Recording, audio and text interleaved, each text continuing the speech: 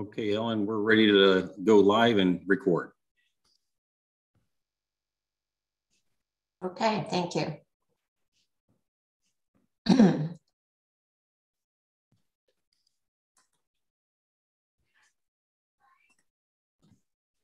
like to welcome everybody to the 473rd meeting of the National Science Board. This meeting is now convened at 1 p.m. Eastern Time on August 3rd, 2021, via video conference and live streamed on the board's YouTube channel. To continue to find ways to work more efficiently and effectively, we've experimented with having two of our committees, the Committee on External Engagement and the Committee on Awards and Facilities, meet in advance of the meeting. Both committees will share report outs and lead discussions with the board in open and closed plenary sessions, respectively. In this opening plenary session, we welcome a panel of presenters speaking on community colleges and their essential role in developing STEM talent and supporting STEM-related jobs in communities nationwide. Panels like this have become a staple of our meetings, and hearing from stakeholders plays an important role in creating issues of importance and helping us to consider how NSF can contribute. In tomorrow morning's plenary open session, we'll hear from former NSB member, Dr. Shirley Malcolm, who is the director of the American Association for the Advancement of Science's Sea Change program. She'll be speaking with us about strategies for institutional accountability for diversity, equity, and inclusion. Both of these panels speak to talent and the geography of innovation, two key themes in Vision 2030. At tomorrow morning's plenary session, we'll also hear from the Vision Working Group. They'll be presenting a retrospective on the first year of Vision implementation and laying out priorities for year 2. In addition, we'll be hearing these next 2 days about Science and Engineering Indicators 2022, the fiscal year 22 budget, the 2020 Merit Review Digest, and NSF's activities related to diversity, equity, and inclusion. So I hope all of those watching via live streaming will stay with us during our open sessions over the next 2 days. I'll now turn the meeting over to NSF Director Sethraman Panchanathan for his remarks. Thank you very much, Madam Chair. Good morning to all of you. And I'm going to just share my screen in a minute so that we can walk through the quick presentation. So, are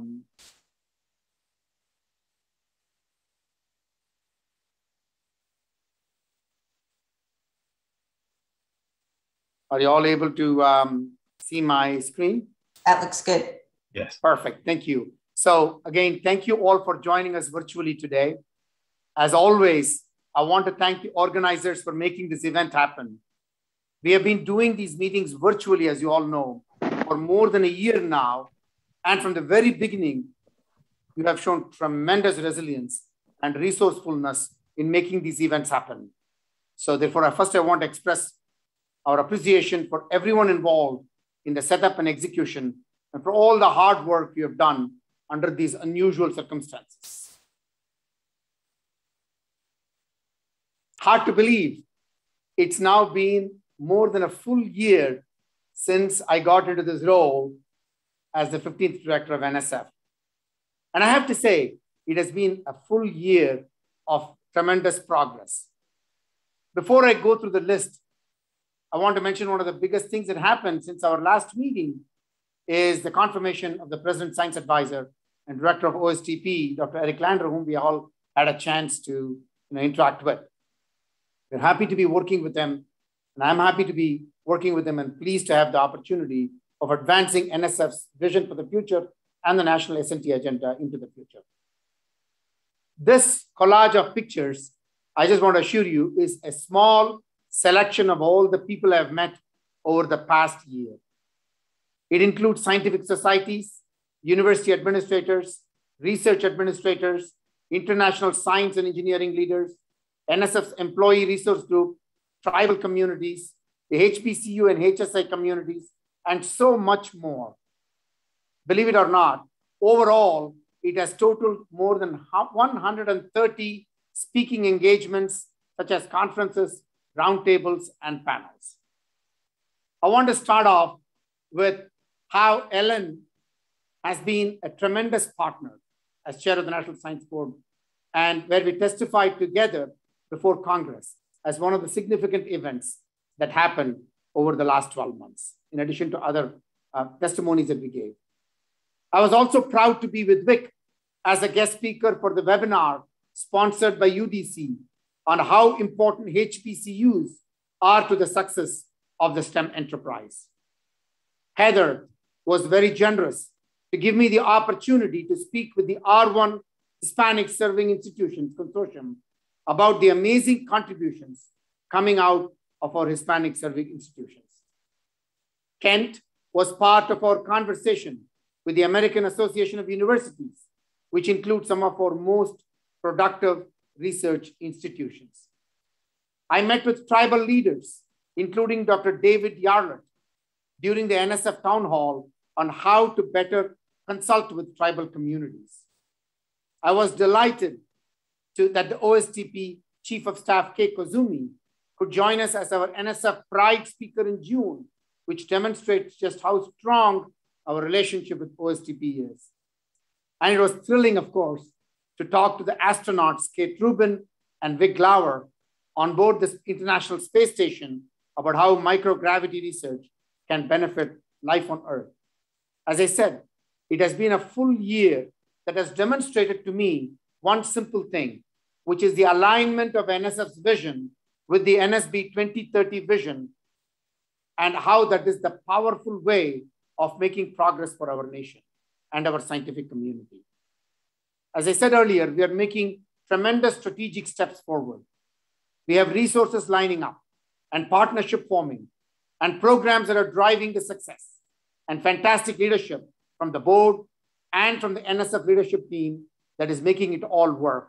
So first of all, I want to express my gratitude to every one of you as we are looking at 1 year into this role at NSF for myself.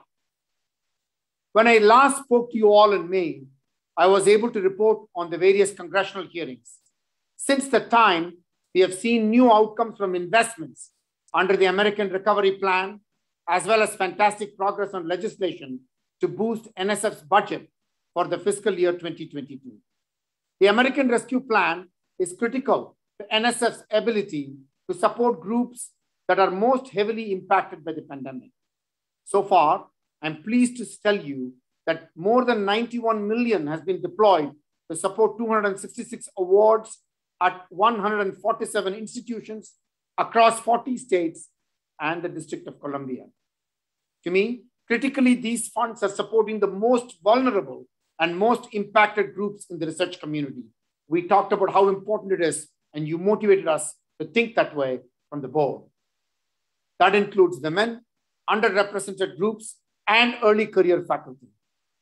These are also investments in sustaining people at vulnerable career transition points, like undergraduates completing their degrees, graduate students, postdocs, and early career and mid-career faculty. And it is critical, we all know, that these funds are reaching the people who need it the most. So we are focusing on disproportionately affected groups and institutions, as we have been talking about this, including the MSIs and EPSCoR jurisdictions. NSF budget for fiscal year 2022 is moving through Congress now. The House Appropriations Subcommittee on Commerce, Justice, and Science passed the FY22 bill on July 12th, and the full Appropriations Committee passed it on July 15th. The budget is a significant increase to NSF's budget, $1.2 billion over a fiscal year 2021. It strengthens all of NSF mission components, as well as providing support for TIP. On June 8th, the Senate passed the United States Innovation and Competitiveness Act by a bipartisan vote of 68 to 32. We are very thrilled by that. Again, on June 8th, the Senate passed it. On June 28th, the House of Representatives passed the NSF for the Future Act by a bipartisan vote of 345 to 67. Clearly, we have tremendous bipartisan partnerships. Here you see the leadership talking about what NSF can do, and that these bills are the turning point for American leadership, according to our Senate Majority Leader in his comments. And the NSF for the Future Act being talked about as a legislation of the future by our chairwoman, Eddie Bernice Johnson of our House Science Committee, as well as the Senator Todd Young, a co-sponsor of the USICA, that we build a brighter tomorrow for Americans. And Ranking Member Frank Lucas of the House Science Committee, we must redouble our commitment to federal R&D. So I have said repeatedly that what makes this moment so important is a widespread bipartisan support for NSF's mission. And you can see this from not only the comments that you have seen here, which we have represented, but through all the media outlets reporting on the various bills and what it means for NSF, and most importantly, science and technology progress for our nation into the future.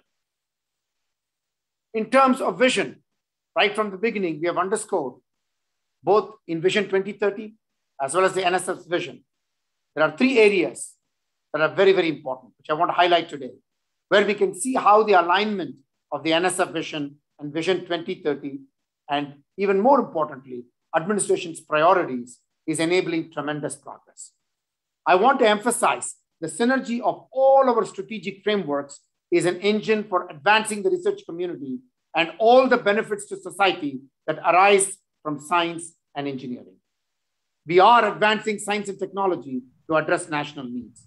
The past 18 months has demonstrated the power of science and engineering research to enhance our response to major challenges like the pandemics. Science and technology are also critical to how we are thinking about how we live and how we work.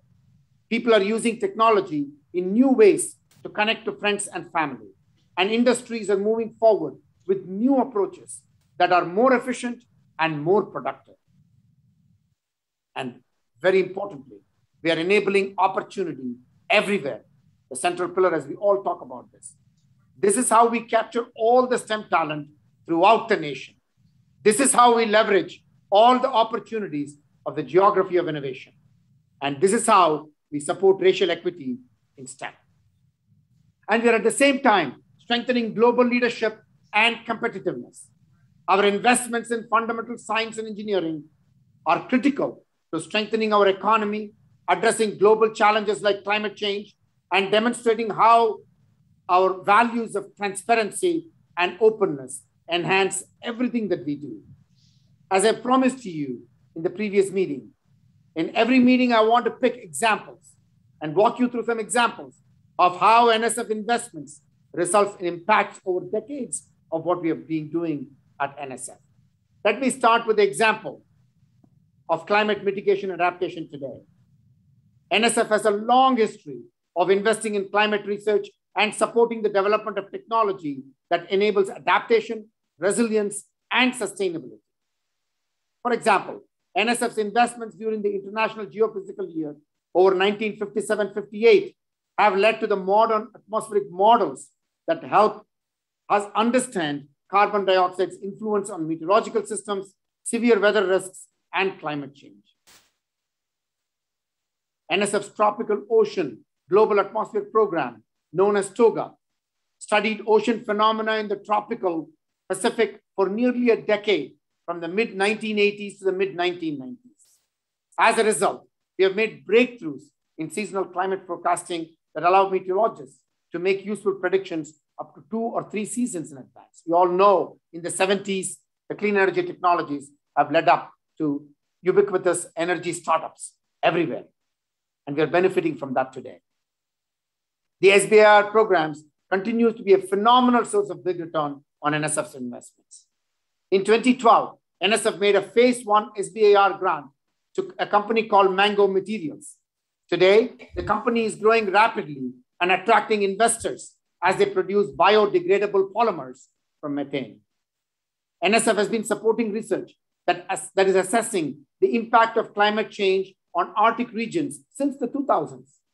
As a result, today, we have collected important data and developed new technological solutions that are helping Arctic indigenous communities navigate changes to their environment, economy, and society.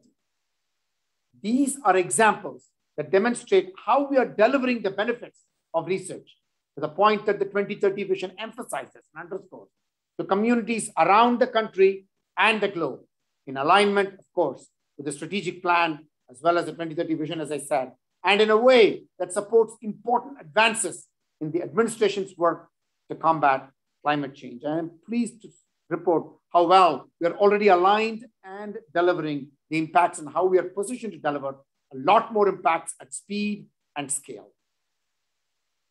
On June 22nd, the Platform for Advanced Wireless Research, known as PAWR, announced the 4th wireless research platform at Iowa State University as a lead in terms of developing of the new testbed with funding from, of course, NSF, a consortium of industry partners, and the US Department of Agriculture's National Institute of Food and Agriculture, NIFA. Designated as ARA, Wireless Living Lab for Smart and Connected Rural Communities, the new platform complements the technical specialties of earlier PAWR platforms, Pawr platforms, adding a focus on technologies for low-cost, high-speed rural broadband connectivity. We are making strides forward in science and technology, and by doing so, we are providing access to rural areas. This is exceedingly important.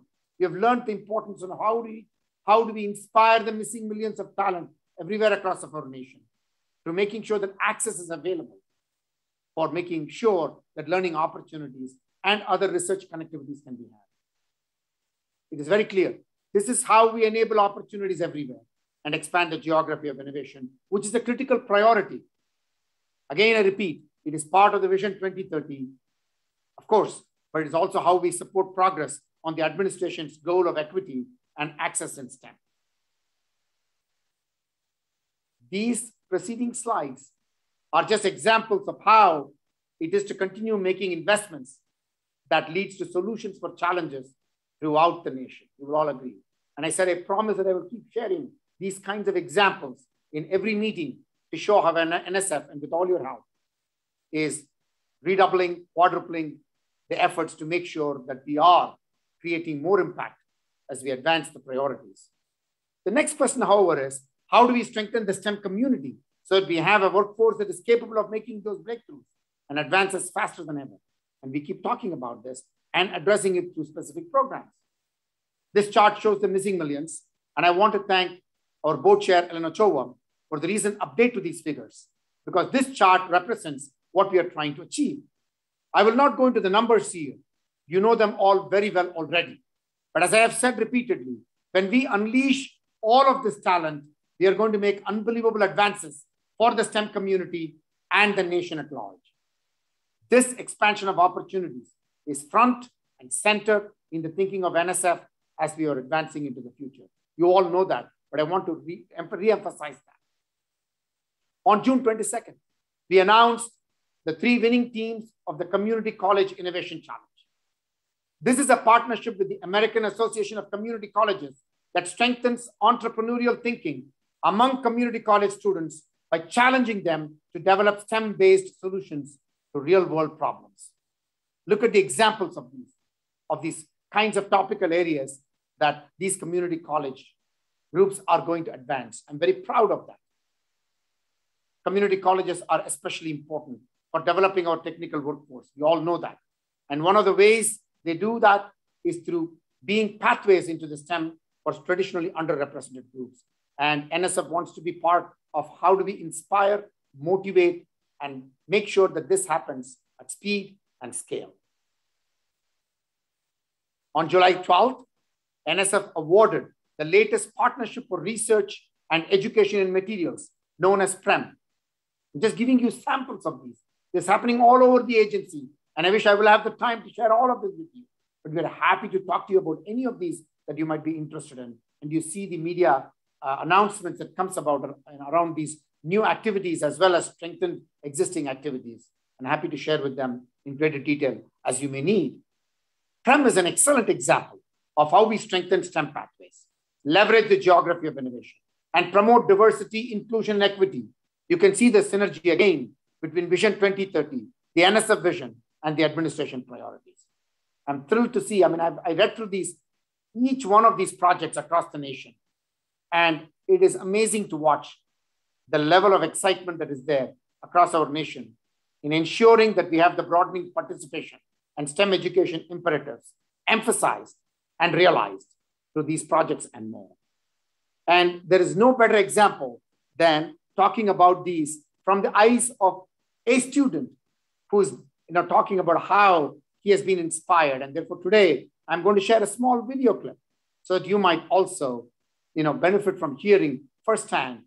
Hi, my name is Jerry Goss. I am an electrical and computer engineering major from Olin College of Engineering. I'm currently at an NSF REU program at BIOS, which is the Bermuda Institute of Ocean Sciences. The way I ended up in STEM is actually pretty interesting. So when I was about 10 years old, my heart failed. And then I went into a coma and I had a heart transplant and I met a bunch of doctors. And then I was like, wow, I would love to be a doctor. And then I did some job shadowings around doctors, and then I ended up at an engineering and medical-based high school. But I discovered this robotics team, FRC, and I started to fall in love with electronics and how these kinds of machines and computers start to work. And I just followed that throughout, and now I'm in college studying electrical and computer engineering. I am working on an NSF-funded grant on classifying zooplankton. Zooplankton are the most abundant creatures on Earth, and they're part of this huge ecosystem in the ocean that generally makes up over 50% of our oxygen. Bermuda is located in the Sargasso Sea, which is where we get our samples from, and there's just so many plankton species that scientists can't spend the necessary amount of time to classify all of them by hand. So my project, which is part of the greater NSF-funded zooplankton project, has a focus on using computer programming in order to classify these plankton species to make it easier for scientists to determine global and ecosystemic change in our environment. I hope you all enjoyed this video, and it is our plan to have many more such videos, which we have collected, of course, to see how we can in every meeting, have a short video clip so you can see firsthand the excitement that is on the ground and what is being made possible through our programs. Clearly, diversity, equity, inclusivity, and accessibility must be priorities in everything we do in order to achieve a STEM community that represents the full talent of the nation. A year ago, both NSF and NSB re-emphasized our focus on this priority through Vision 2030 and internal activities within the agency. These early steps gave us an advantage in responding to the many new initiatives of the Biden-Harris administration. You're going to be hearing more about our progress from Rhonda Davis and the Office of Diversity and Inclusion tomorrow afternoon. I want to share with you one more example around this theme of global competitiveness. When we combine the power of science and engineering to solve big challenges with the amazing talent throughout the nation, we will be able to enhance our economic competitiveness and global leadership. AI is a good example of a field where we are making transformative advancements that are going to power our economy into the future. For more than 50 years, 5 decades, I've been talking about this. NSF has invested in crucial lines of research that have advanced machine learning. Building on that foundation of research, a company called Deep Scale received support from NSF through the SBIR program to develop efficient vision systems for self-driving cars. In 2019, Deep Scale was acquired by Tesla as it looks ahead to the future of how we drive. In 1970s, NSF supported research into techniques called bag of words, algorithms in the field of natural language processing. Today, speech recognition software built on NLP research is embedded in countless apps, websites, and technologies that people use every day. Going back to the 1980s, NSF has supported research in Bayesian networks. As a result, researchers have been able to develop efficient algorithms for reasoning with probabilistic information. Today, millions of people use apps to help predict traffic and find the most efficient routes to get to where they are going. In the 1990s, through the SBE Directorate, NSF invested in research to develop automatic measurements of facial expressions. The goal was to understand if people gave away information through facial expressions. But in 2012, the researchers ultimately created a company called Emotion that focused on emotion detection and sentiment analysis. The company was acquired by Apple in 2016. with potential application for facial recognition in apps, to advertising, to helping doctors, retailers, and other service providers better understand customers' emotional states. I want us all to know firsthand the amazing impact that we are generating by the work that gets seeded through the curiosity-driven, discovery-based exploratory research, as well as use-inspired, solution-focused translation research and innovations. Let me talk to you about the AI Research Institutes. I'm very proud in the 2020, when I shared with all of you the awards that were made, the 7 of them, of which 2 of them were in partnership with USDA NIFA, which funded the 2 awards. In addition, we had the partnership with the Department of Homeland Security and Department of Transportation in the first cycle. And I said to you at that time, with partnerships across the nation, 21 states were touched by those 2020 awards in terms of the spectrum of engagement across our nation through these AI projects.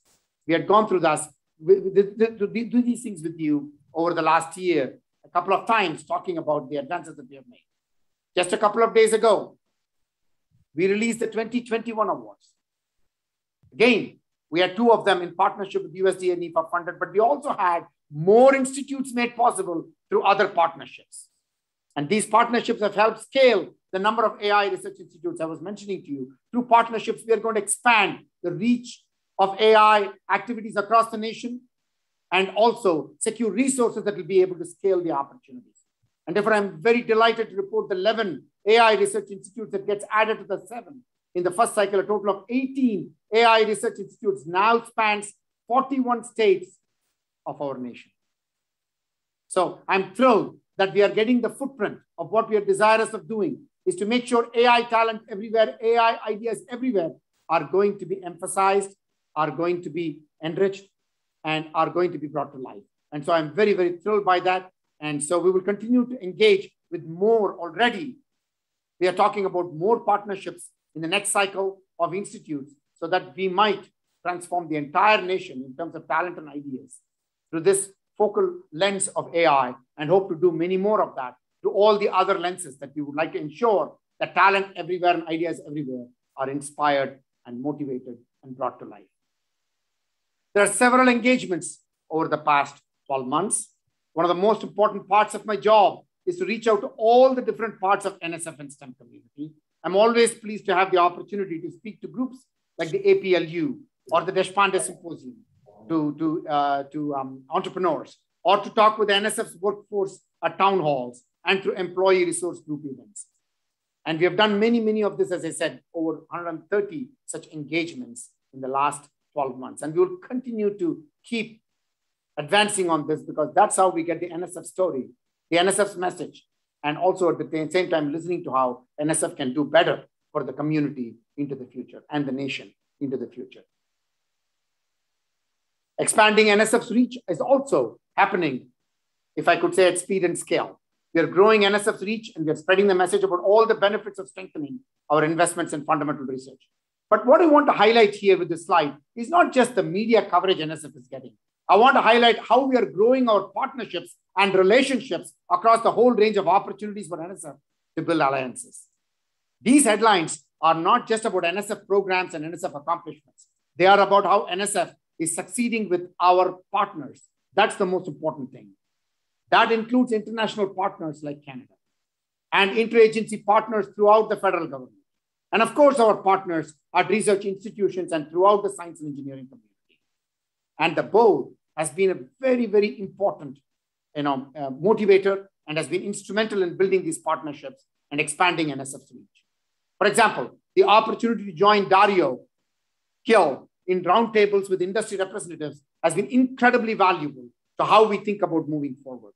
So every one of you is making us, to advance at speed and scale, and we are very grateful for that. And talking about being grateful, I want to take this moment to recognize NSF's outgoing Chief Operating Officer, Dr. Fleming. Fleming has been a tremendous part of NSF leadership team.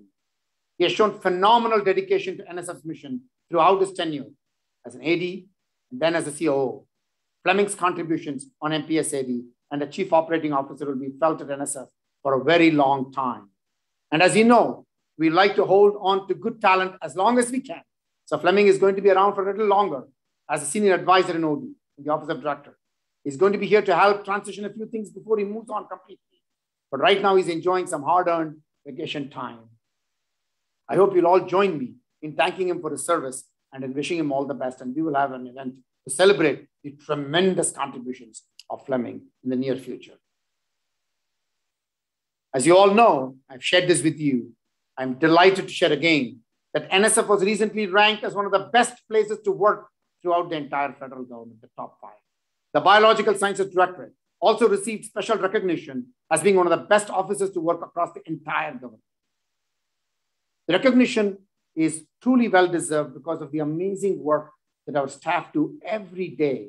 Despite challenges like COVID, they've always stepped up and done and delivered above and beyond the call of duty. I'm incredibly proud of everything the NSF workforce and community have accomplished. Every day, they demonstrate amazing creativity, dedication, and hard work to advance NSF mission. And thank you to every one of them for their hard work, which is what is making this progress possible.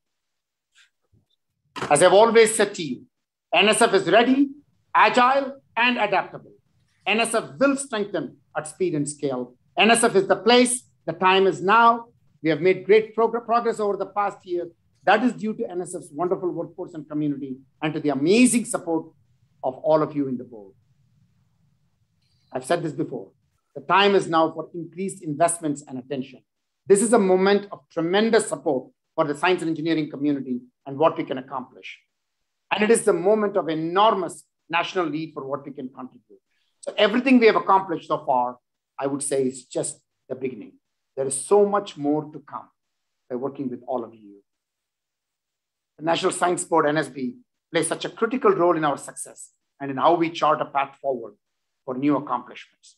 I'm grateful for your support and for all your hard work, and I'm looking forward to our discussions throughout the rest of the meeting. Thank you, Madam Chair, for the opportunity to spend a few moments and share this with all of you. I appreciate your help. Thank you, Panch. That was really an exciting summary of some of the initiatives that have come out since the May meeting, some of the science. It's always great to hear from a researcher in person. And I can say I'm really grateful that my first year as chair has overlapped with your start as director. I think we'll see again tomorrow how your leadership has led to progress toward vision goals when Vic recaps our progress toward Vision 2030. So let me see before we move on if there are any questions from our members.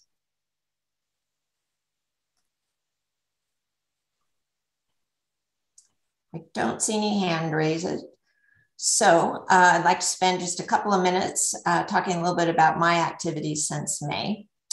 Following on from our meetings in the spring with Senator Schumer's office and Senate Commerce Committee staff, in June, I met with the chair and ranking member of the House Committee on Science, Space, and Technology, and with the chair and ranking member of its subcommittee on Research and Technology. I'm appreciative that other board members joined in on one or more of these meetings: Victor McCrary, Maureen Kondik, Kent Fox, Heather Wilson, and Dario Gill. These conversations were opportunities to hear from the members of Congress about their respective priorities, to brief them on vision implementation, talk about the tremendous impact of NSF, and thank them for their support for NSF. It was particularly gratifying to hear that the committee had paid close attention to Vision 2030 as it developed the NSF for the Future Act. Also, since our May meeting, I've had an op-ed published in The Hill on NSF's key role in delivering research benefits and developing STEM talent for the US. Along with Julia Phillips and Roger Beachy, I participated in the roundtable that Suresh Babu organized with government, business, and academic leaders in Tennessee. And we'll hear more about that in tomorrow's External Engagement Committee report out in the closing plenary open session. I also spoke on a closing panel at the National Academy's STEM Diversity Summit, where I challenged all science and engineering entities to hold ourselves accountable by collecting and making public relevant data and goals related to diversity, equity, and inclusion. And this last point is one that I think will be a theme for this board meeting. Are there any questions or comments?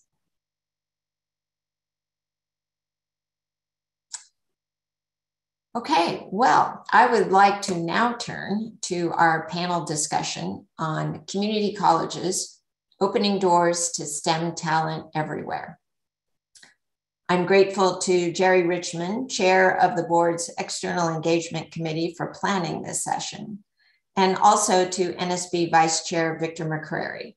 One of the first projects that Vic led when he joined the board led to our 2019 study on the skilled technical workforce. In the course of that study, Vic drew our attention to the multifaceted roles of community colleges. I'm very much looking forward to today's panel that will highlight the essential roles of community colleges as pathways into the STEM capable workforce, as gateways to further study of science and engineering, as environments that support the reskilling and upskilling of workers, and as contributors to the vitality of local science and engineering industries. So I believe Jerry is not yet able to join us, so I'd like to turn this over to Vic. Go ahead. Thank you, Ellen, very much.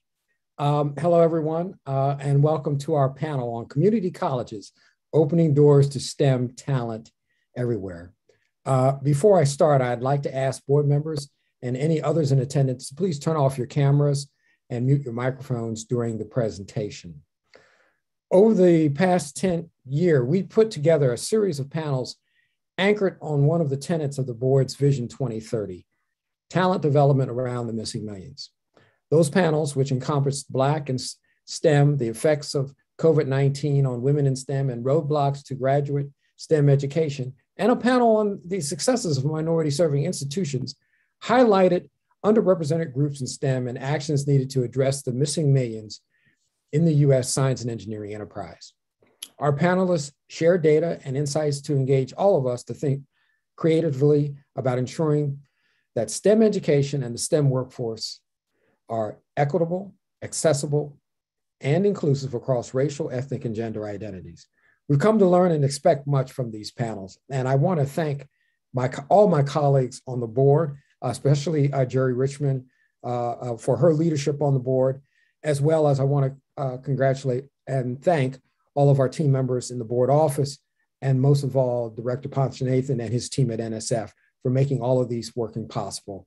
As you know, I like to say teamwork has led to dream work, and it really has been a dream starting to come true here and unfold. Today, we launch a new panel series around the Vision 2030's goal of expanding the geography of innovation around the United States.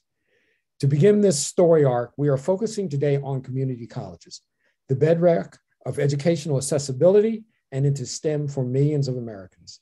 As we will hear, community colleges reach students from across the socioeconomic landscape of different backgrounds in every state. Community colleges provide STEM training and STEM associate degrees and help students transition to four-year colleges and universities. They are science and engineering hubs by forming local partnerships and bringing innovation across our communities. So let me introduce our panelists for today. Dr. Thomas Brock is our first speaker. Dr. Brock is the director of the Community College Research Center and previously served as the commissioner of the National Center for Educational Research, where he focused on programming and evaluation processes to improve educational outcomes for all students. Dr. Brock will highlight data on the critical role that community colleges play in creating STEM pathways. Our second speaker is Ms. Chrissy D'Alejandro, who is the executive director at Tennessee Achieves, a nonprofit to increase educational opportunities for Tennessee students through scholarships and individualized mentoring. Ms. D'Alejandro, who recently participated in the board's roundtable with key leaders in Tennessee about developing STEM talent, will speak about lessons learned from the Tennessee Achieves program, particularly around recruitment and the retention of first-generation students. Our third speaker is Dr. Mary Slowinski, who is a tenured faculty member at Bellevue College in Washington State and principal investigator of the NSF ATE, that's Advanced Technological Education Program, Working Partners Project and workshops. Dr. Slowinski facilitates workshops and designs and implements professional development curricula. She will speak about the needs of community college STEM faculty to connect with technology and industrial companies. Our final speaker is Revelyn Prey, who will teach us how to community college prepared her for a STEM career at a biotech company, Natera. Ms. Prey is a graduate of Del Mar Community College in Corpus Christi, Texas, where she received 3 prestigious internships and 1 NSF's Community College Innovation Challenge. She went on to receive her Bachelor's of Science from Texas A&M University and is now a research associate at Natera. After the presentations, we will invite the board members to turn their cameras back on to start the Q&A of this important topic. So to kick it off, I will now turn to Tom to start his presentation. Okay, thank you so much, Victor. And I think the slides are coming up. Let me just say it is a pleasure to be here. And also, I think community colleges are very much the logical place to turn to try to increase and improve STEM talent and build a pipeline for STEM talent in the United States. They're located in every state of the country and every region. They enroll about 6 million students each year, which represents about 35% of all undergraduates in the United States. And they are open access institutions, as you noted, Victor, and relatively affordable, at least as compared to most 4-year colleges and universities. Hence, if you go to the next slide, what you can see is that they serve a highly diverse student population, beginning with race and ethnicity. They largely represent the US population as a whole. Community colleges have become increasingly important in enrolling Hispanic students, largely because of their size and presence in the Southwestern US. You can see on each of these bars, community colleges represented by the red, and 4-year colleges and universities represented by blue for comparison. Another important factor is the income levels of students served. And you noted this as well, Victor, in your comments. Community colleges do provide an open door, particularly for low-income students. What you see on the slide here represents households below 200% of poverty in which there is a community college student. So very important in reaching low-income Americans. Not shown on this slide, but also important, community colleges serve a diverse range of ages. They enroll many students under 18, largely through dual enrollment programs, students who are taking college courses while still in high school. And they serve a number of students who are age 25 and over, these often representing older students who have been in the workforce and are returning for reskilling or upskilling. So if you will turn to the next slide, there really are 2 important roles that community colleges provide in STEM. The first is providing training for what we often call middle skill jobs. These are jobs that require more than a high school diploma, but not necessarily a bachelor's degree. In particular, community colleges offer the associate's degree, which is generally thought of as a 2-year degree, and they offer shorter term certificates, which usually are very career focused. On the slide, you'll see 3 fields within STEM that are particularly important and popular on most community college campuses. And we know from research, mainly by the Georgetown Center on Education and the Workforce, that associate degrees in these fields do lead to good paying jobs. An associate's degree in engineering fields, for example, will have median earnings between $50,000 and $60,000 per year. An associate's degree in nursing will have median earnings between $40,000 and $50,000 a year. So these are family sustaining jobs. They're also jobs that are very important for communities. The second critical function that community colleges play is this transfer function, that is preparing students for transfer to a 4-year college or university to later earn the bachelor's degree. And sometimes we see this occurring as students will major at the associate's level in a field like biology or computer science. Far more typically, though, what we see among transfer students is that they will choose general education or a liberal arts major without a particular specified goal, try to get their general ed requirements completed, and then use that as a springboard to the 4-year institution. So if you'll turn to the last slide, this brings me to both some challenges and some opportunities for community colleges with regard to STEM education. We know from a wide variety of research that the best opportunities for students in community college come to those who actually earn degrees, who earn certificates or earn the associate's degree, or who then go on and earn the bachelor's degree. This is what the labor market tends to reward. However, we also know from data collected by the National Student Clearinghouse that the majority of degree-seeking students who begin at a community college will not actually attain that goal. Only about 40% of entering community college students will earn a credential from any institution within a 6-year time frame. And only 13% of entering community college students who intend to earn a degree, to earn a bachelor's degree, will achieve that goal within a 6-year time frame. So in short, there is a lot of room for improvement. A lot of the work that we've been doing at the Community College Research Center is focused on how community colleges can provide more structure and coherence to the community college experience in order to lead to better outcomes. Much of our work is under the umbrella of guided pathways, which is a particular framework, but we have many other interventions and strategies we've looked at as well. 3 things I just want to highlight very quickly.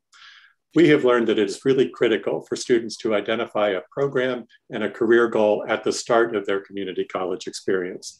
So in other words, this default to gen ed or liberal arts really is not a good strategy. It's not a good completion strategy for most students. They tend to lack direction, and students we find often do not take the right courses or in the right sequence, either to earn a community college degree or a 4-year college degree in the most efficient manner. A second thing we have learned is that consistent advising and support is important for community college students throughout their experience. That is, you can't simply rely on a good orientation program or a one-on-one meeting at the start of college. This really needs to be an ongoing activity every semester to help students choose the right courses and also to address the personal, academic, and financial barriers that may come up, particularly for low-income students while attending college. And then thirdly, we've taken a deep dive looking at patterns for students who intend to major in STEM fields. And perhaps not surprisingly, what we have found is that it is really critical for these students to complete a foundation calculus course, such as trigonometry, and at least one college-level science course during their community college experience. And this does not sound remarkable, but again, many students who end up in the gen ed category or in the liberal arts field end up not taking these critical courses. And this goes against a little bit some of the trend right now to provide more math options in particular that sometimes lead students away from the pre-calculus track. Good for some students, but very bad for students who are STEM intending. The last thing we have found is that students really need to see themselves in these careers and in these programs at community colleges. And far too often underrepresented students simply do not see people like them in the classroom or in the fields. And community colleges need to do much more to show students what's possible for them, where these careers go, what they might be able to achieve longer term. Thank you. Thank you, Tom. And now I'd like to turn this over to my colleague, Jerry Richmond. Great, thanks everybody, and thanks for starting this, Vic, and I'm so delighted to be able to be here. Thank you, Tom.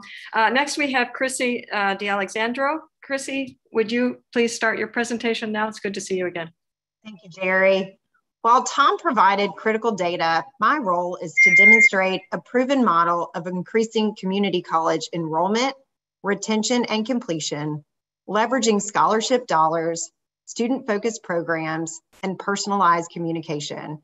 My name is Chrissy D'Alexandro, the Executive Director of Tennessee Achieves, the Model for and now nonprofit partner for the first statewide College Promise program, Tennessee Promise. As a note, Tennessee Promise provides full tuition scholarships to community and technical colleges across Tennessee. We launched Tennessee Achieves to change a culture of low expectations. Our data continued to demonstrate that we needed to level the higher education playing field. We believe every student, regardless of zip code, background, academic preparedness, and race, should have the opportunity to earn a college degree. Next slide. After 13 years, 89% of high school seniors apply for our program, and receive Tennessee Achieves supports regardless of their college plans. This translates into 60,000 high school seniors served annually.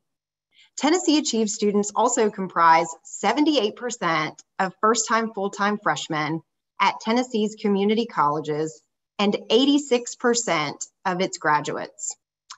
56% are considered economically disadvantaged as measured by federal Pell eligibility, and 40% identify as the first person in their families to attend college.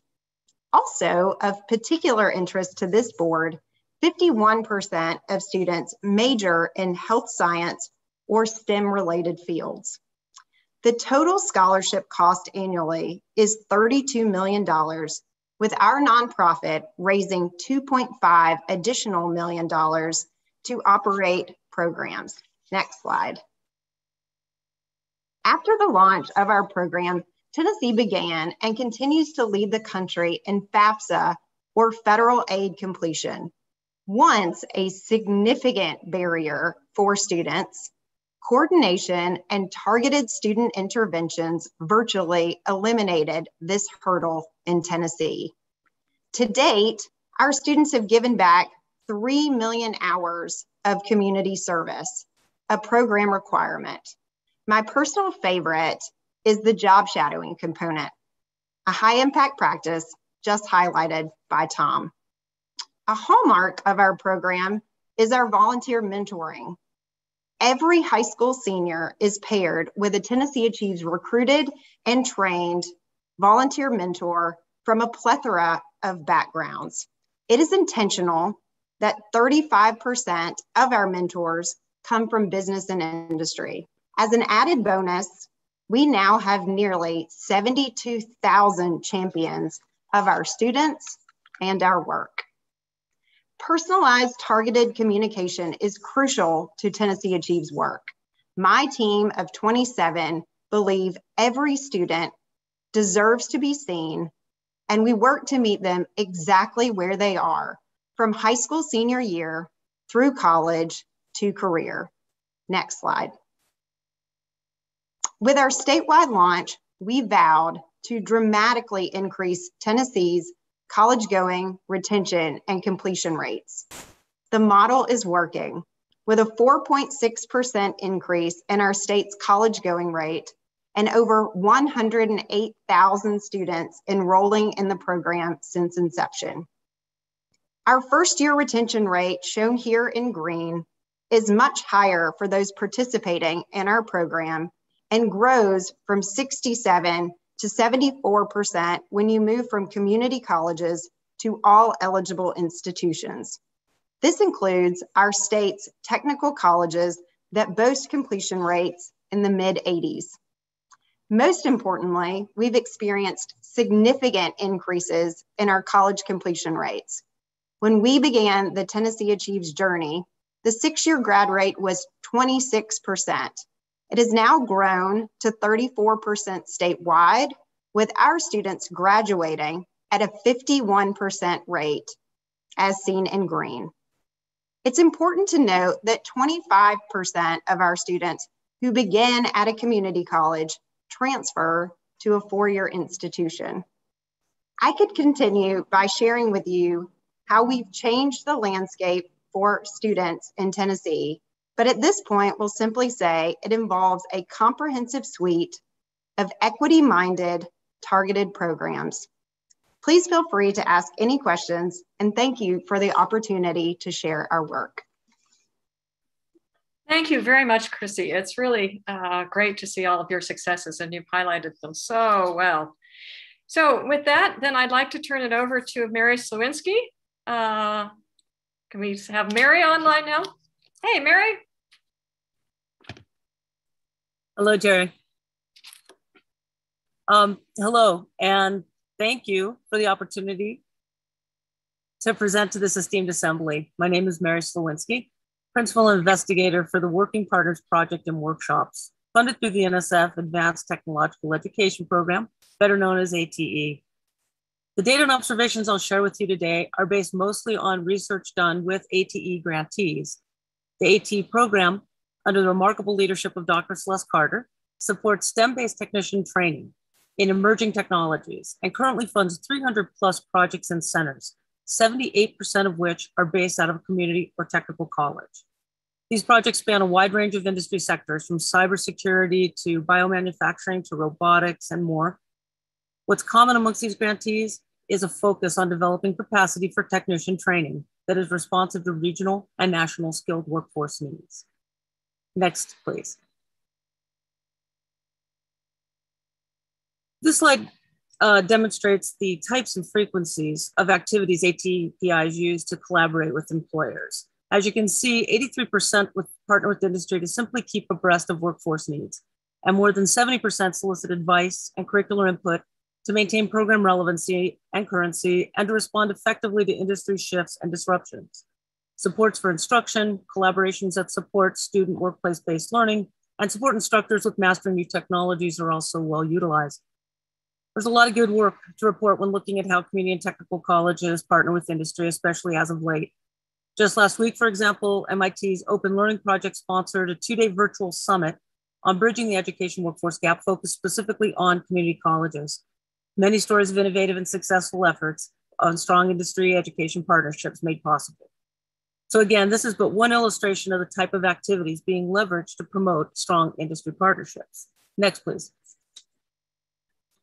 It's important to recognize, however, though, that while workforce educators are doing this work and will likely need to do more of this work to bridge the skilled technician gap, they're often building and maintaining partnerships on top of teaching, advising, program management, and other normal faculty duties. Consider also, as noted by Dr. Brock, that the community college mission includes serving diverse populations along all demographics, including student college preparedness. Meeting each student where they are and ensuring they have the supports they need can often require considerable faculty time and energy.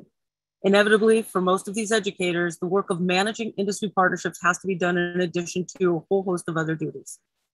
If we wish to increase the role these educators play in growing the skilled technical workforce, this is not sustainable. Then there's this larger issue. Next, please. The fact that the majority of faculty in the community and technical college system are part-timers. These contingent workers often do not know if they will be teaching beyond the current term. Their employment is dependent on program enrollments. They're almost always paid less than their full-time peers, and they often make ends meet by working for multiple institutions. This is clearly a larger systemic issue, but it is worth noting that this ultimately drains programs of the human resources needed for the education part of these partnerships. Even the most dedicated adjunct faculty member may not have the time to participate with industry partners, much less provide co-leadership for such activities. And then there's this rather surprising fact. Next, please. Our research found amongst ATPIs and the institutions that support them, and remember, these are very much skilled technician workforce programs at colleges with the requisite infrastructure to successfully procure NSF funding, that almost no formal educator professional development regarding industry partnerships was occurring. In fact, our data found that 78% of ATPIs received no training at all in regards to forming or maintaining industry partnerships. Again, if the community and technical college system is to continue to be central to workforce education and be expected to expand upon that work, these type of issues will need to be addressed. Fortunately, there are many great minds bent to finding solutions to these and related issues. So in the brief time that remains, I would like to quickly describe some examples of supports that have been put in place by the ATE community in particular. Next slide, please. For one, our Working Partners Research Grant identified partnership models across ATE and disseminated successful practices for each of those. Professional development opportunities such as the Working Partners workshops and the Built Academy have also begun. But as the AT community as a whole, more than anything else, that exemplifies technological educator support. Robust formal supports, for example, the ATE Central Information Hub and Archive, 2 community-led conferences, the MentorLinks peer mentoring program, along with the AACC, and others do exist. And they are certainly key to the community's successes.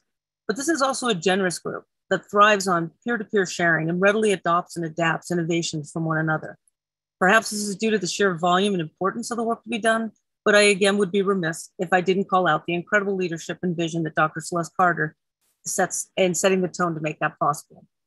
In closing, I would encourage this body as it endeavors to realize the skilled technical workforce goals that it has put forth to include in its planning the requisition and allocation of resources that will support our community and technical college colleagues as they too endeavor to realize these goals. Thank you. Oh, thank you, Mary, very much. It really gave a good perspective of the landscape of faculty at community colleges, and your pie chart really accentuated that. So thank you for that. Okay, so now I'd like to turn it over to Ray to tell more about her experience. So can you come on? Oh, thank you. Great. Floor is yours, or the screen is yours, whatever. Hi, thank you for having me here. My name is Riavelyn Prey, as I was introduced earlier. I'm a mother of two, and I am a research associate at Natera, which is a biotech-based medical diagnostics company. I have a bachelor's of science in molecular biology, and I'm a co-author on 2 research publications.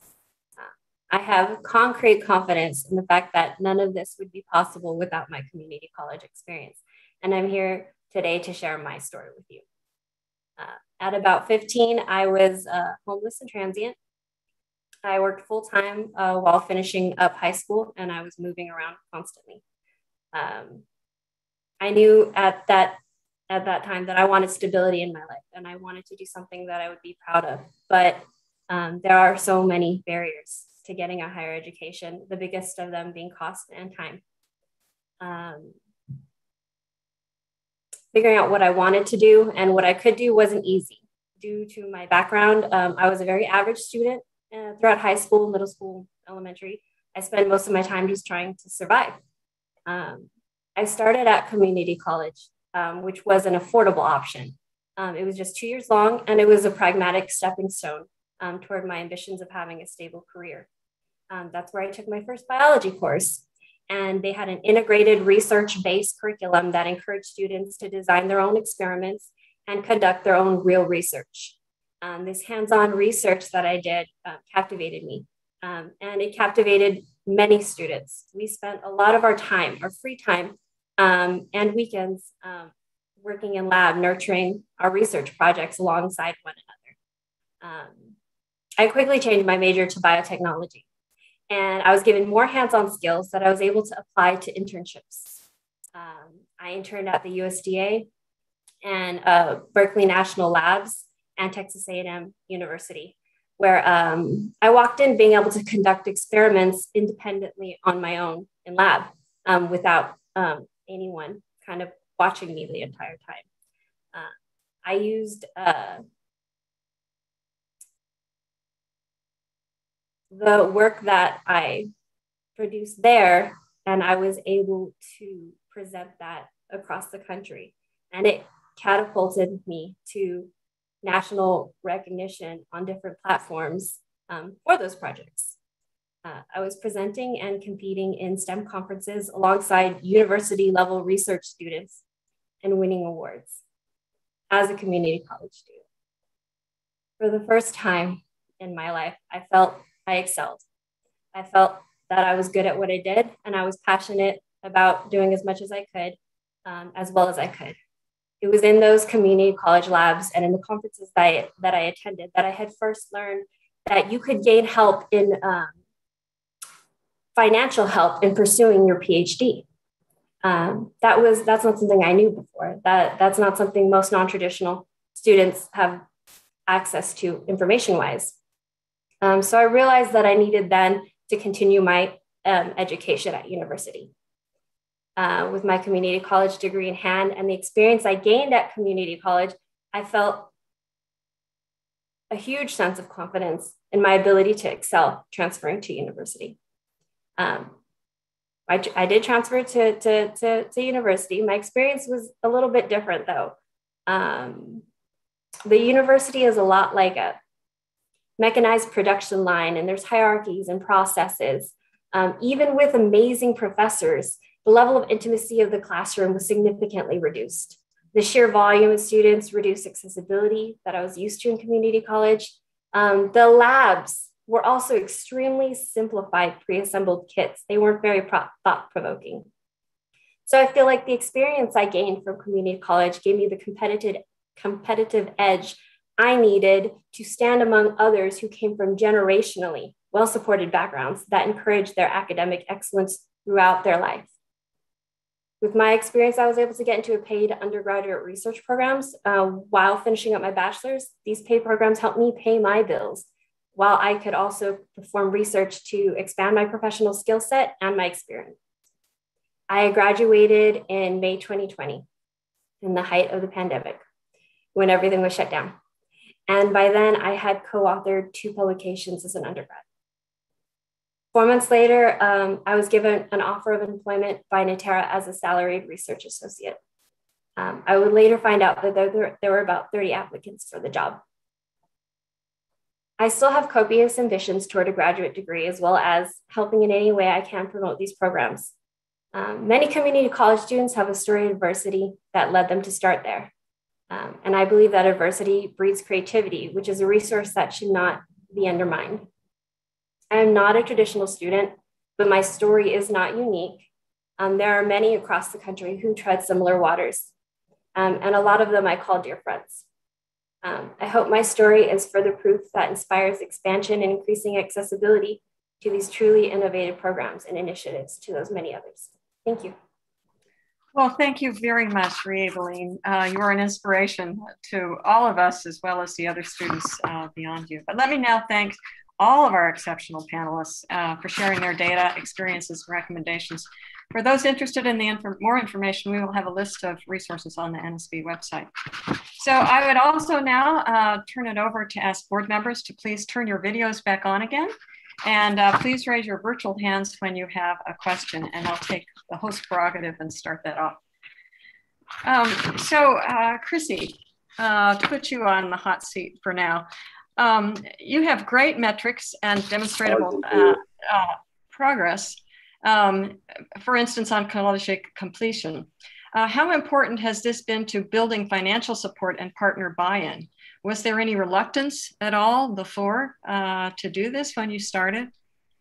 Yes, Sherry, I wish I could share that everyone was on board initially with the idea of creating a scholarship that provided access to community and technical colleges for every student. But in fact, it was quite a coalition that we needed to build. And I will tell you, the silver bullet for us in Tennessee was around workforce development. We could share stories of how students thrived under a proactive coaching model, or how we saw results skyrocket with our volunteer mentoring program in terms of increasing college access. But truly, when we started talking about the return on investment for our state for bringing a new student to the pipeline, that is when we really saw momentum here. I will say that 35% of business and industry around mentorship has been incredibly important to our efforts. So our top business leaders are leaning in to our state government leaders to say, not only do we need this for equity purposes, but we also need this in order to fill critical jobs. And so really, we coalesced behind what we call the Drive to 55, or 55% post-secondary attainment by 2025. And that became our North Star, which led to the success we're having with Tennessee Promise. Great, thanks, Chrissy. I'm going to turn it over to Vic now with his question. Thank you, Jerry. This question is for you, Dr. Slowinski. I appreciate your presentation and your shout out for ATE and what they have done. I represent an institution that's probably one of the most unique in the country, in that we are a community college, workforce development, ABET accredited 4-year engineering program, graduate program, and law school, and we're the nation's capital's only public HBCU. The reason I put that out there is because I think we have some advantages in that kind of structure that's unique.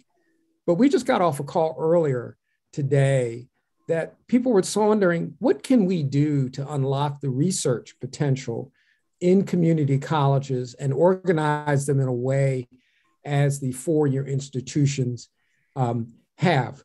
The reason we're bringing this up is because I think ATE has been a great program, but would you have any recommendations on how we can do that? Because right now, still people view community colleges from a workforce development lens. And in some cases, that's a very important lens. But as we've seen from the ATE program, community colleges and workforce development and lifelong learning programs are working with R1s and R2s to do research. How do we get that research story out more? And by the way, the fact that ATE has just doubled its budget, what kind of things would you give for Dr. Carter? I want to give her a shout out for her leadership to kind of bring that more, that research piece and bringing out those innovators from across the land who are right now in our community colleges. Well, thanks a lot for taking my answer away from me, because I was going to say, well, we've got more money going towards it, and we have, hopefully that will bring some more folks to the table. You know, it's funny because as I mentioned, my targeted research grant, and that's what they used to call them, and they're expanding the name of it. And I know naming is not always everything, but I think that's part of what's going on. We were part of such a small group. If you look at the AT funding, there's not a whole lot of targeted research going on, even in that circumstance where there is funds available and there is support for it. So I think partially it's visibility. I think that a lot of times, for myself at least, and the colleagues that I know in the community and college, community and technical college system, you know, it's kind of like there's so much work to be done that the concept of advancing research is not always forefront in the institution's mind, much less the faculty's, much less, you know, trickling down to the folks. That said, I can't tell you how many ideas I personally have for targeted research and research that we could do in the community colleges. There's a tremendous amount of data being generated. And even more so as we move into things like guided pathways, and we move into, you know, there are these national things underway that I think would really benefit from true faculty scholarship around them. So I think part of it is getting the word out. I think maybe doing some more, you know, just reaching into those populations and, you know, kind of like expanding their awareness of the opportunities. And I also think, I hate to say it, maybe this is at the AACC level or some level above the faculty pay grade, where there's a little bit more of an embrace of research and scholarship for the faculty at the CTC, because that's not often a number one priority that's kind of delivered down from the top. So that would be my best answer for you today. Oh, well, thank you very much. Thank you for the question. Thanks, Mary. So now I'm going to turn over to Aaron. And we've got some noise in the background. Yeah, I think, Stephen, you need to mute your iPad. There you go. Hi, thanks for the panel. That was really great. I have a question for Chrissy from Tennessee. Our university in DC has a new joint program with Pima Community College in Tucson. We're a year old. And one thing I wanted to learn from you is how you navigate the needs of the students at the community college. All of our students have jobs as they attend community college. Nearly 100% of them working either full-time or part-time. How do you navigate that with your Tennessee program? Yeah, that's a really great question. So we have similar numbers in Tennessee. I will tell you that building personalized, targeted supports for those students really changed the game for us. So it's one thing to say college is free, but if you are working full time, if you have a child, a fill in the blank life challenge, oftentimes these students will step away very quickly from college because it's the easiest to walk away from. And so what we found is we built a robust coaching model that helps these students navigate non-academic challenges. And it's not reactive. We're not waiting on students to come to us. We are proactively reaching out to these students on a monthly basis to ensure that they are being served. We serve external to the community colleges, so the community colleges have a robust set of resources that we help navigate the students to, we hop on calls with, we talk to professors with. And so what we found is that for many of our students, they do need additional scaffolding to find success. And much of what we hear from students, as your comment sort of brings to mind, is time management. How do you manage all of these things? And so that is what the coach is there to do.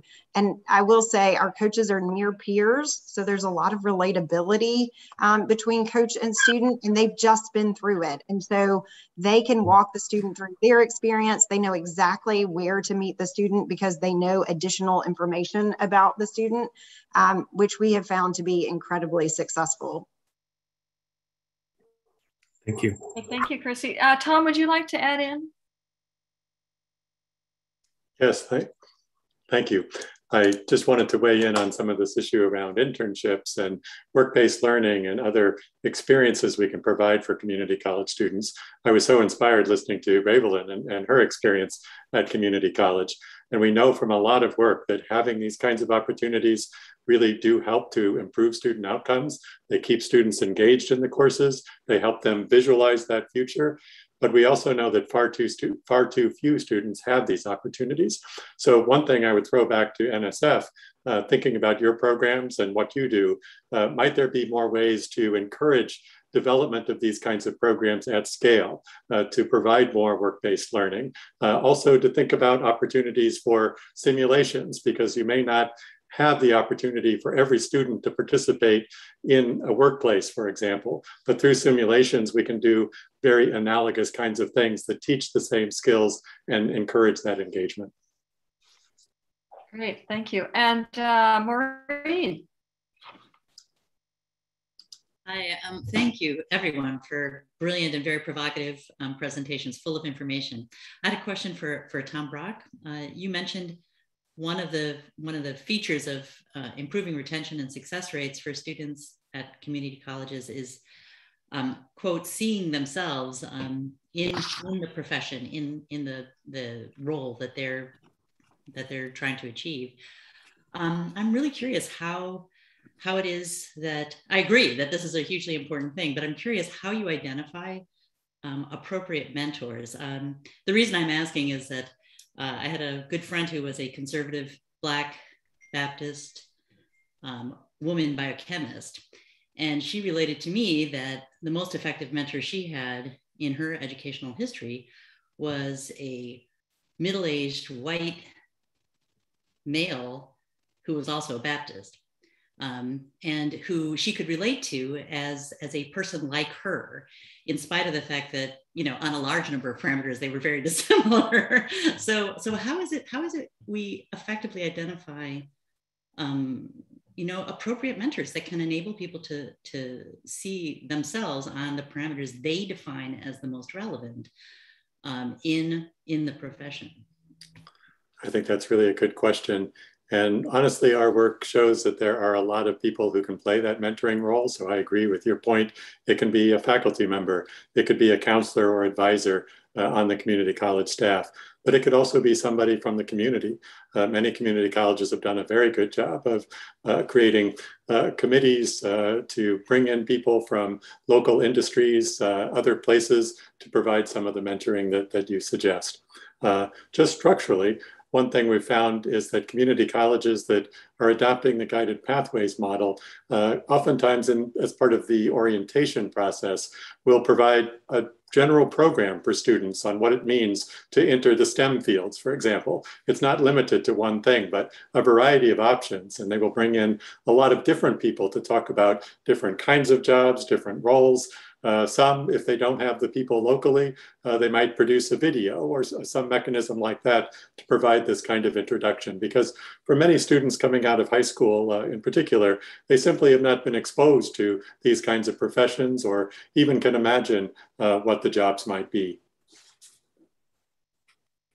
Great, thank you. Okay, Suresh Babu. Thank you, Jerry. So this question is for Ms. Sprague. So she talked about moving from community colleges all the way to the graduate student. So can you tell us what are the challenges you faced and how did you overcome that? And what can we do to reduce those challenges so more non-traditional students pursue the path you've taken? That was so inspiring to hear that. So can you talk about that, please? Well, I think the biggest one will always be the financing of it. I have had to be very resourceful in moving around my finances. I am lucky in the sense that I do feel like I have a knack for finding opportunities and resources. But I do think that, you know, there could be more help at the institution level to help students find federal funding that aren't directly associated with education, but also help in other ways, such as, you know, paying for water and food and things like that. So that way they can, you know, give their attention back to their education and not so much just trying to find out how they're going to pay their bills. And that was one of the biggest things that I think that I brought into the trying to find my path through. But going from community college to university, I think also one of the biggest challenges is kind of finding my place in the university. A lot of university students it almost seems like they already had everything figured out for them. They already came from a background where their parents kind of knew what they were going to do and they could guide them. And we didn't really have someone that could guide us. And then there's, you know, people that I worked with at community college, they were parents, they were veterans, a factor that could help. And I don't know if it's available to everyone, but mental health was a huge factor. I had a 1-year-old when I was in my senior year at university. Oh my God. So that would be my. Well, that's great. We admire you. Suresh Carmelo? Yes, hi. Thank you. These are such wonderful panels. Thanks, Jerry and Vic, for pulling these together and the speakers. I asked this with much respect. I'm trying to understand, and there was some confusion in my mind, at least from the part of the conversation. Should our aim be to build research capabilities at community colleges?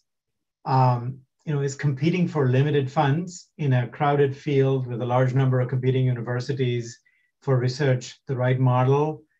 You know, what purpose? I'm assuming this changes from community college to community college and state to state, but what are they trying to serve? Is it better accomplished and more efficiently accomplished by partnering with local universities or companies or national labs where there might be some nearby and have cleaner, better mentored, better supported pathways like the 2+2 pathways, et cetera? Just wanted to understand a bit more if growing research capabilities was a desired model.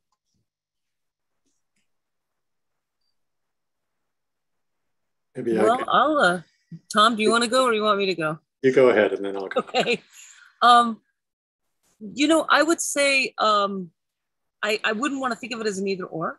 I think that you can have those partnerships and also see research that's coming out of the community and technical college. For ourselves, we did what we're calling a targeted research project, and it allowed us to identify 8 models that they're being used to partner with industry. We took those and we went back to the community and found out the best practices, and we were able to disseminate those. And that was very applied.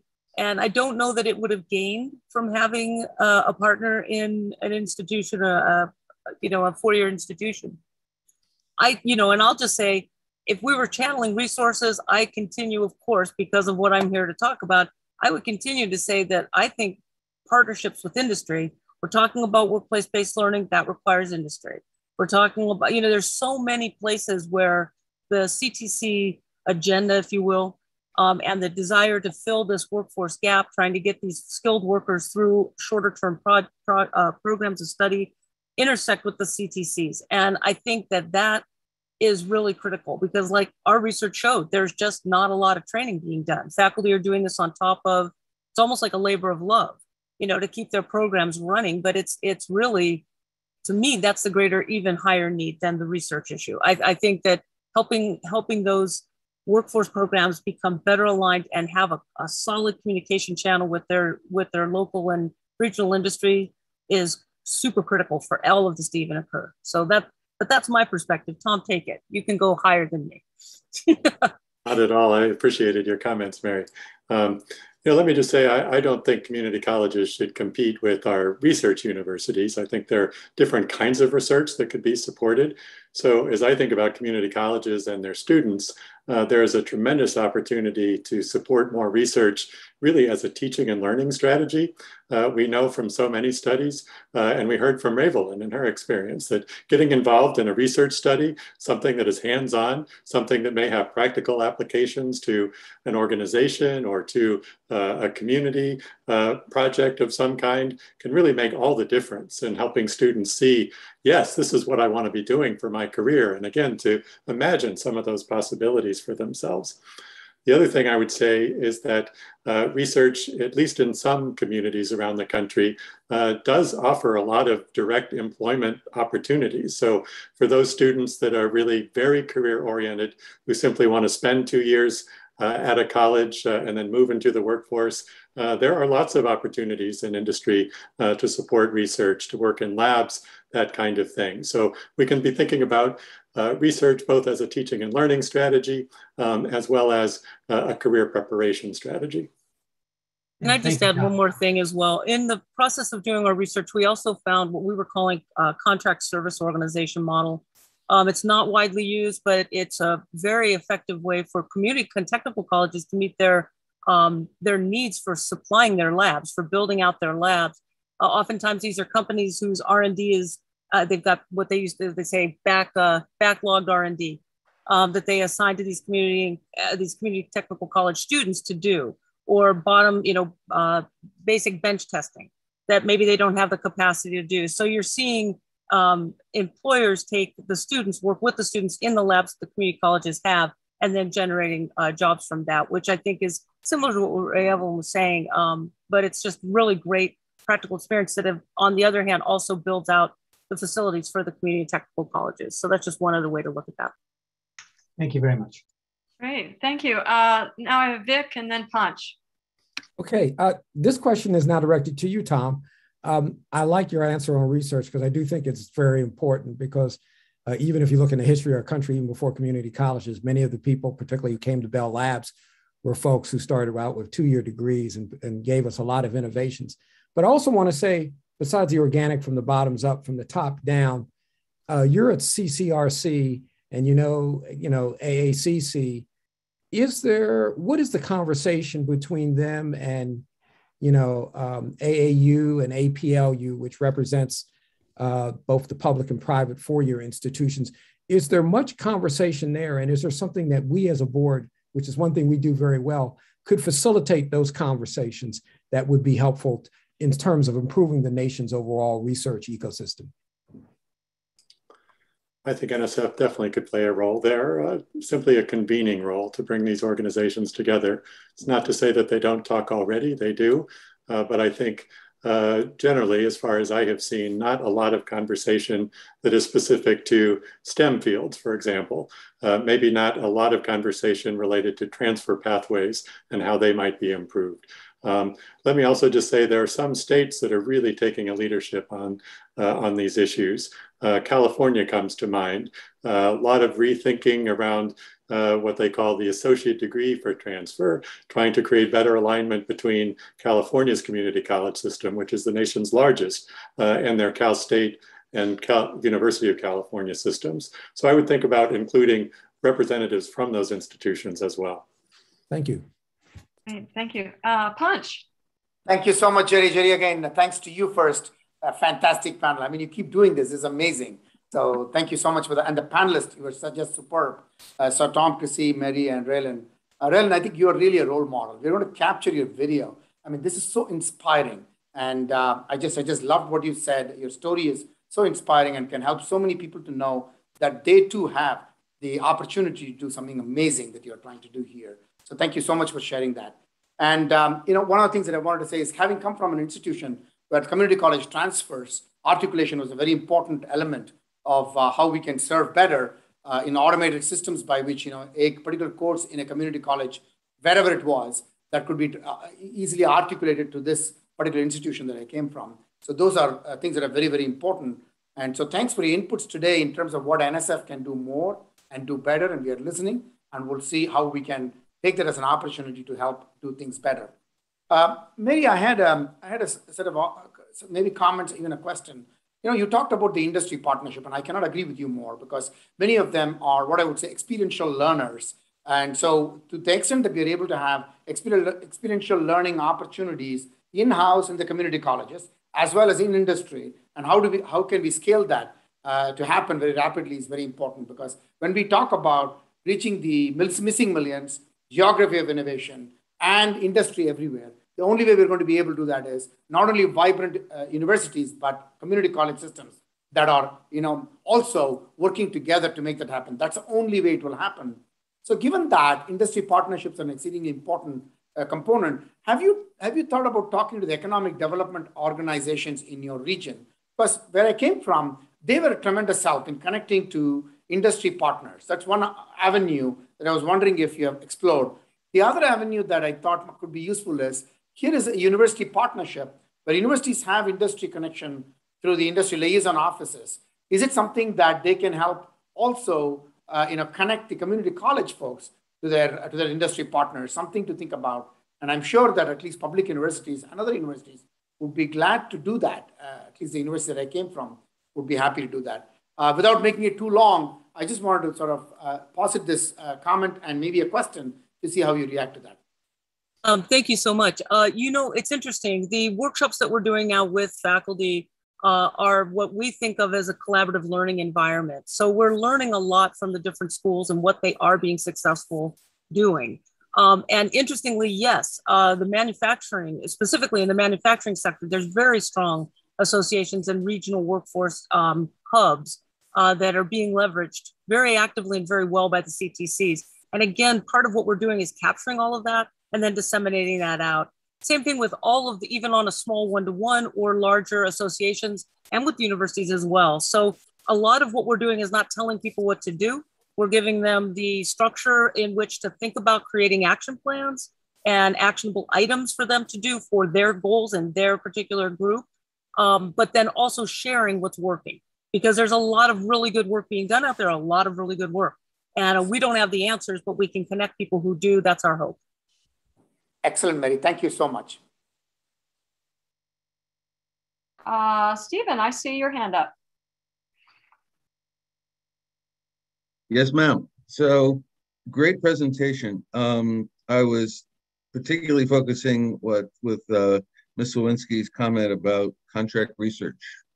I think that is the mechanism to make a bit of a difference. I am in the biotech industry, and I'm going to take this idea that you shared out to try to create some pull from industry, while I encourage you to continue the push, because you create relationships that way. The biotech industry is always coming up with a new program and getting new government money.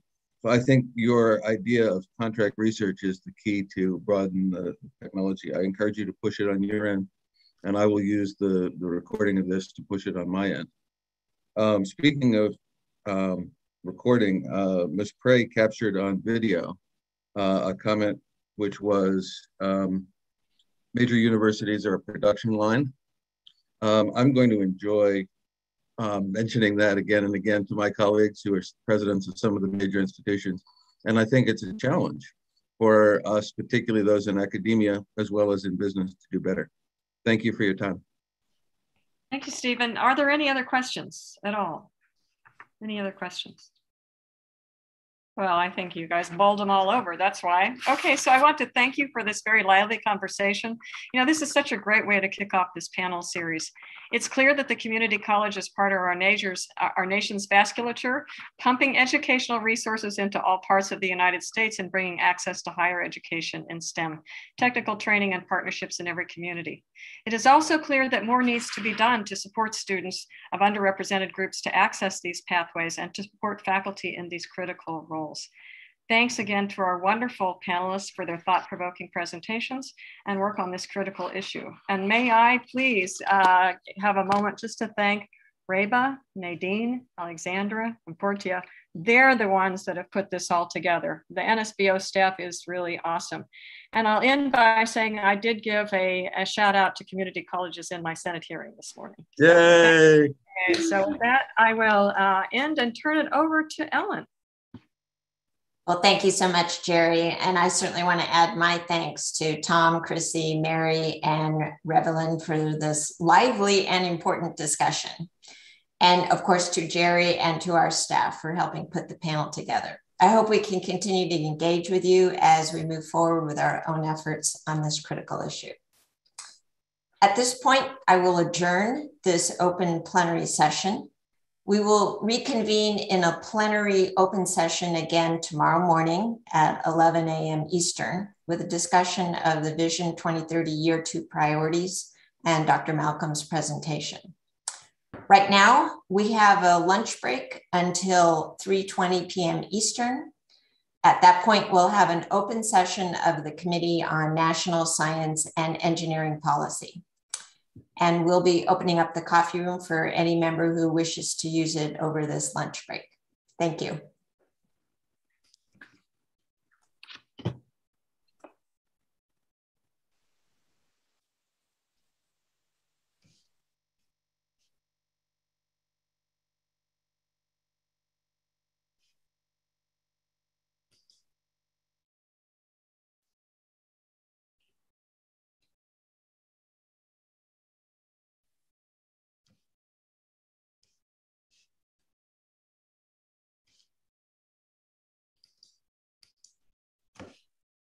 If anybody needs to be moved to the break room, I can do that for you real quick. Yeah, Chris, this is Aaron Dominguez. Chris, me too. Chris, me too. I don't see the breakout room. I can't enter. Yeah. I think we may all. Oh, there it is. Chris, if you can move into the breakout room also, thank you. Okay, I'm starting to send the invites out now. Thank you. Hey, Chris, we need to pause the YouTube. Okay, you need the host, Phil? Yes, I do. Okay, And, stand by for the breakout room, please. Sure. What sounded aeronautical there, Christopher? Stand by for it. I guess we hang out with a lot of astronauts, maybe. Okay, Phil, you have host. As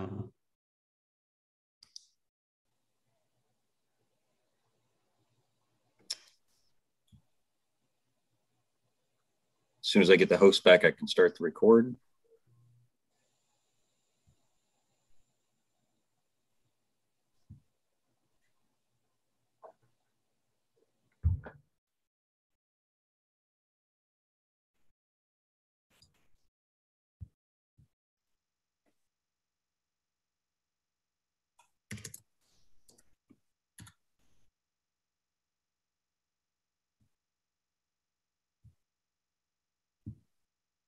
Okay, Madam Chair, we are recording in live.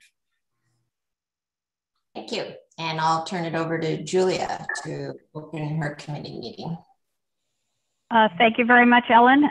Good afternoon, everybody, and welcome to the Science and Engineering Policy Committee meeting for this meeting of the Science Board. Members of the SEP committee are Artie Bienenstock, Kent Fuchs, Suresh Garamella, Amelia Moran, Maureen Kondik, Steve Leith, Melvin Huff, and Scott Stampa Bandapadai, and Portia Flowers, and our Alexandra Serchel. I'm delighted your cycle entitled Elementary and Second to the report authors, Amy Burke and Susan. Additional products and activities relating our committee has kept very busy by review and approval cycles. And we all deadlines, which are quite tight and come fast and furious, to stagger the release of the 2020 back on the State of U.S. Science and Engineering Report, and that is the statutory deliverable of 2022. Both Maureen Kondik, my co-chair, and the authors are preparing for your review, come to be receiving it later this week. As a reminder, the summary report does not have designated board reviewers. That means that for reading and critically commenting, I believe the due date is going to be 2 months. The Knowledge and Technology Intensive Industry Report is out for now, including you board reviewers, with a return date, as you heard. August's thematic report will go out for external review on August the 12th. The final to go out for external review will come towards the end of September, and that is the Science and Technology, Public Perceptions, Awareness, and Information Sources. Over the next few months, you will receive details of these other reports in their various stages of production and review. So we thank you for your attention to the report. And as a reminder, this is our congressionally mandated report, and the SEP committee and external agencies will begin to review in just a few days, August 6th. At the passing of the board, we provided you with the selection parameters for the SEI report's art and cover designs, including our process for selecting an image that promotes NSF-funded research and advancement in science and engineering. These parameters are the same as we used for the 2020 cycle. Few steps that we must take to get to that. First, the SEP committee will choose the final cover by early update on indicators, great with us to produce another rich reports. Thank you, Julia. Thank you, Carol, and thank you to the entire NCSES team. Obviously, we couldn't do it without you, and for Carol. Partners as well. One of those, including the delivery of that summary, is going to be discussed during the committee. So stay tuned for that. I'd like to direct your attention version of the missing millions figure by Ponch this morning, but Bruce, perhaps you could pull that up again just for. There we go. Okay, slightly different color scheme from what Ponch used, but the information is the same. Hawaiian or been updated with newer data from the recently released Women, Minorities, and Persons with Disabilities report, as well as updated projections from the Bureau of Labor Statistics. The board website and also downloaded from there.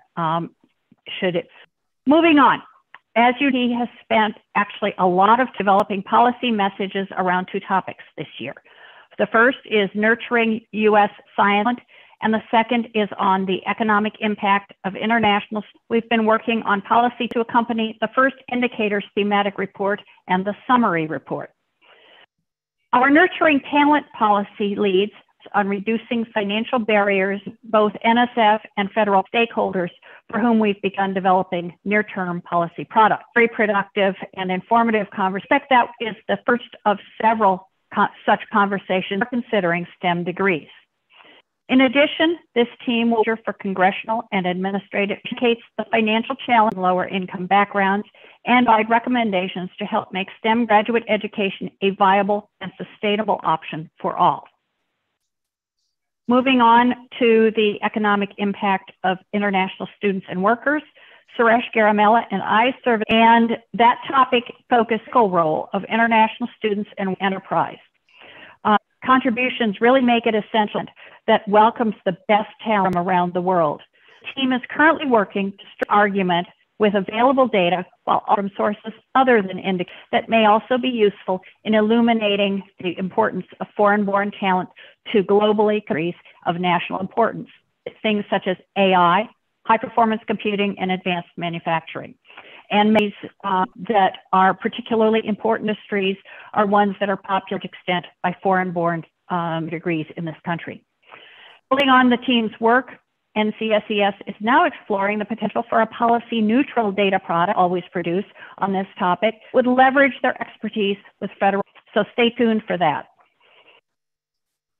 Moving on to elementary and secondary STEM, as I mentioned a few minutes ago, the first report of the engine, and that was released to accompany this release, developed an NSB companion page. Slide, please. There we go. It's a joint production between the SEP and the EE committee, Matt Malkin, and with important input from Suresh Babu and Scott Stanley. And this is in upcoming outreach quickly today and highlight of note.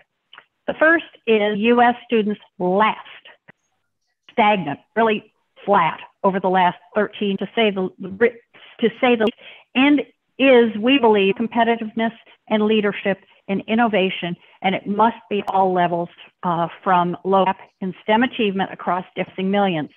There are long-standing disparities that persist, racial, ethnic, and socioeconomic groups.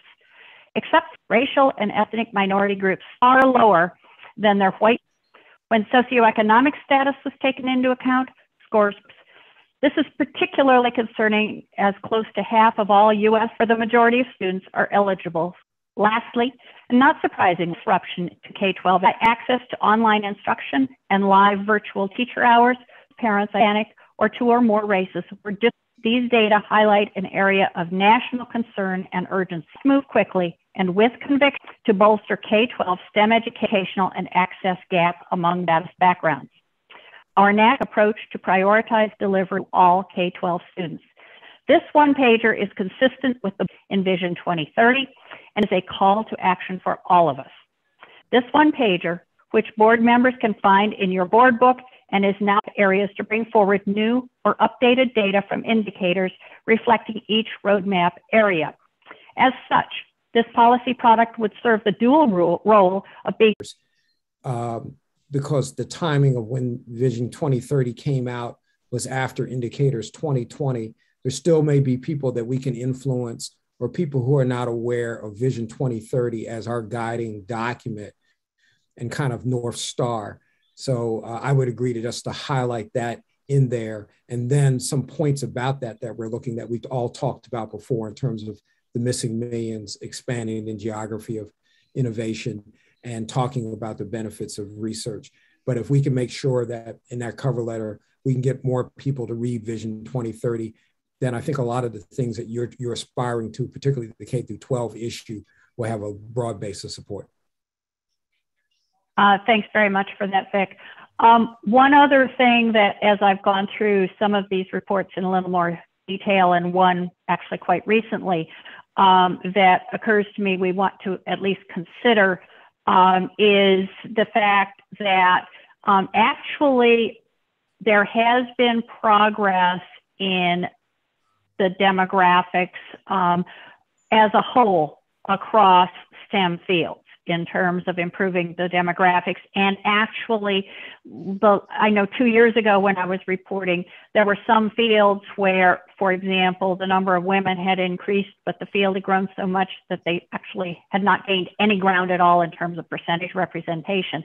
And there's very little of that that's showing up in the data that I've looked at so far. However, field by field, things are very lumpy. And so there are some fields that actually look pretty good demographically, not that's probably where we want them to be at the end of the day, but they're making progress, and other fields are moving much more slowly. And the ones that are moving much more slowly are the ones that have, that are critically important for some of these emerging industries. And so that is a point that can be brought up to a certain extent in the summary report, but the policy implications are not something that an NCSES publication can address, and something that the board may wish to in this companion piece. Are there any other comments on this? Okay. Well, thank you very much for the comments that you've offered to this point. SEP is going to continue moving forward on developing this piece over the next few months in companion in accompanying the summary report. And so likely committee members, you have several more telecons to look forward to during the fall. Please note that in order for that printed piece to be ready for distribution at the time of the indicators rollout briefings in mid-January, we will aim to have the content and layout largely finalized by Thanksgiving. In fact, I say we will have all of that done by Thanksgiving. The exact timing is to be determined, but we do plan to share the draft piece with the full board for review and approval no later than the December board meeting. I am hoping that we will be able to do that somewhat in advance of that meeting. Board office staff will work with the NSB media contractors this fall to develop options for the look and feel of the product and the data graphics that we will include in it. and we want to ensure that it will be user-friendly and engaging for a wide range of stakeholders. We'll be counting on our colleagues on the External Engagement Committee, as always, to collaborate with us on this communications piece. Are there any other suggestions about or comments about this or any of the other policy products we've discussed today? Or any other ideas for additional policies pieces that they'd like to raise for consideration in our copious spare time? Okay. Well, thank you all for a good meeting, and there being no further business before the committee at this time, this meeting is adjourned at 51 minutes after the hour.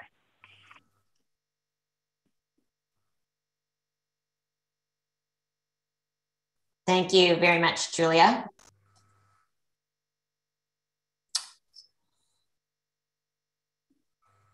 So I think we can go right into the Committee on Strategies open session, Suresh. So you have the floor. Thank you very much, Ellen. Welcome everyone to the open meeting of the National Science Board Committee on Strategy. My name is Suresh Karamella and I chair the committee.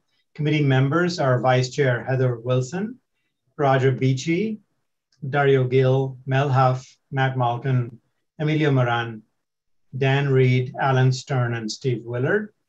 I would also like to take the opportunity to thank the NSB staff that assist us, Kathy Jackart, Teresa Good, and Mary Koskinen.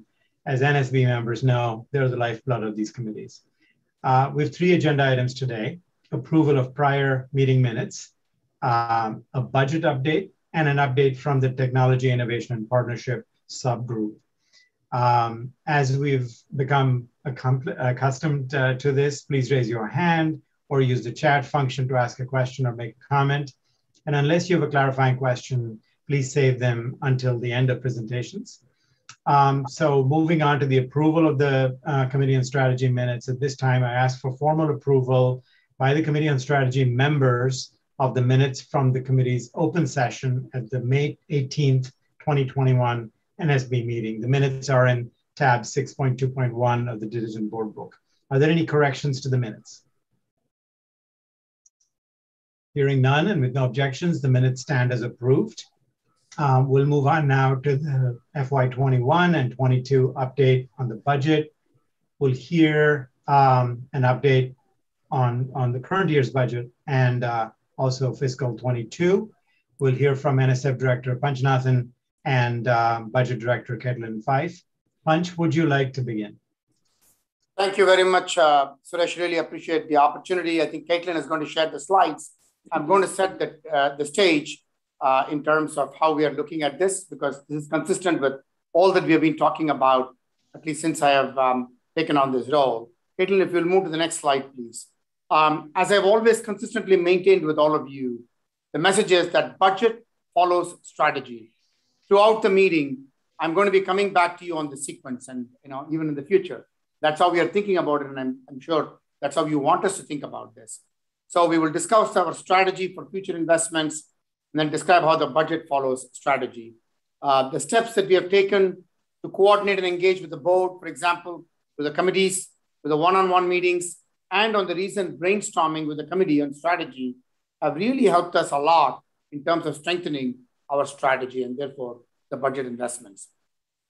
A critical element of our budget planning, this is something that I have ensured that we keep in mind, because there are multiple budget scenarios, as you can imagine, things that are being proposed in the president's budget and what's being discussed in Congress, in the Hill, as well as what will happen with the Senate and then the conference, and then what might happen with the other legislation that are coming through. There are many, many scenarios that you can imagine. Therefore, I said that in the element of budget planning, we should have a flexible plan that can be adapted to multiple budget scenarios, future budget scenarios. So you will hear more about that in the several sessions today, as well as this session as the next session and to the various subsections of the sessions. I find that this process that we are using has already had a very positive effect on the agency and benefiting the agency in terms of thinking through all of these scenarios and how we plan for those scenarios. I have to say I'm very pleased with where we are, and I have to thank for all the efforts that the staff have made in the budget division and most importantly NSB and our administration and congressional partners. And I'm very thrilled to say that NSF has received the highest budget marks in our history. Even the recent budget mark from the Hill that I shared this morning is $9.63 billion, which is a pretty significant increase relative to the $8.5 billion current budget. So as I say, this is the time for us to capitalize on the momentum. And so that's how I'm framing all of this and the discussions that will follow. So with that, I'm asking our budget director, Caitlin Five, to take over and give you the details of the numbers in 21, 22, and where we are. Caitlin, over to you. Thank you so much, Panch. So the topics that I'm going to cover are the budget process, the current year, 2021, where we are, the budget year for 2022, and what's coming next.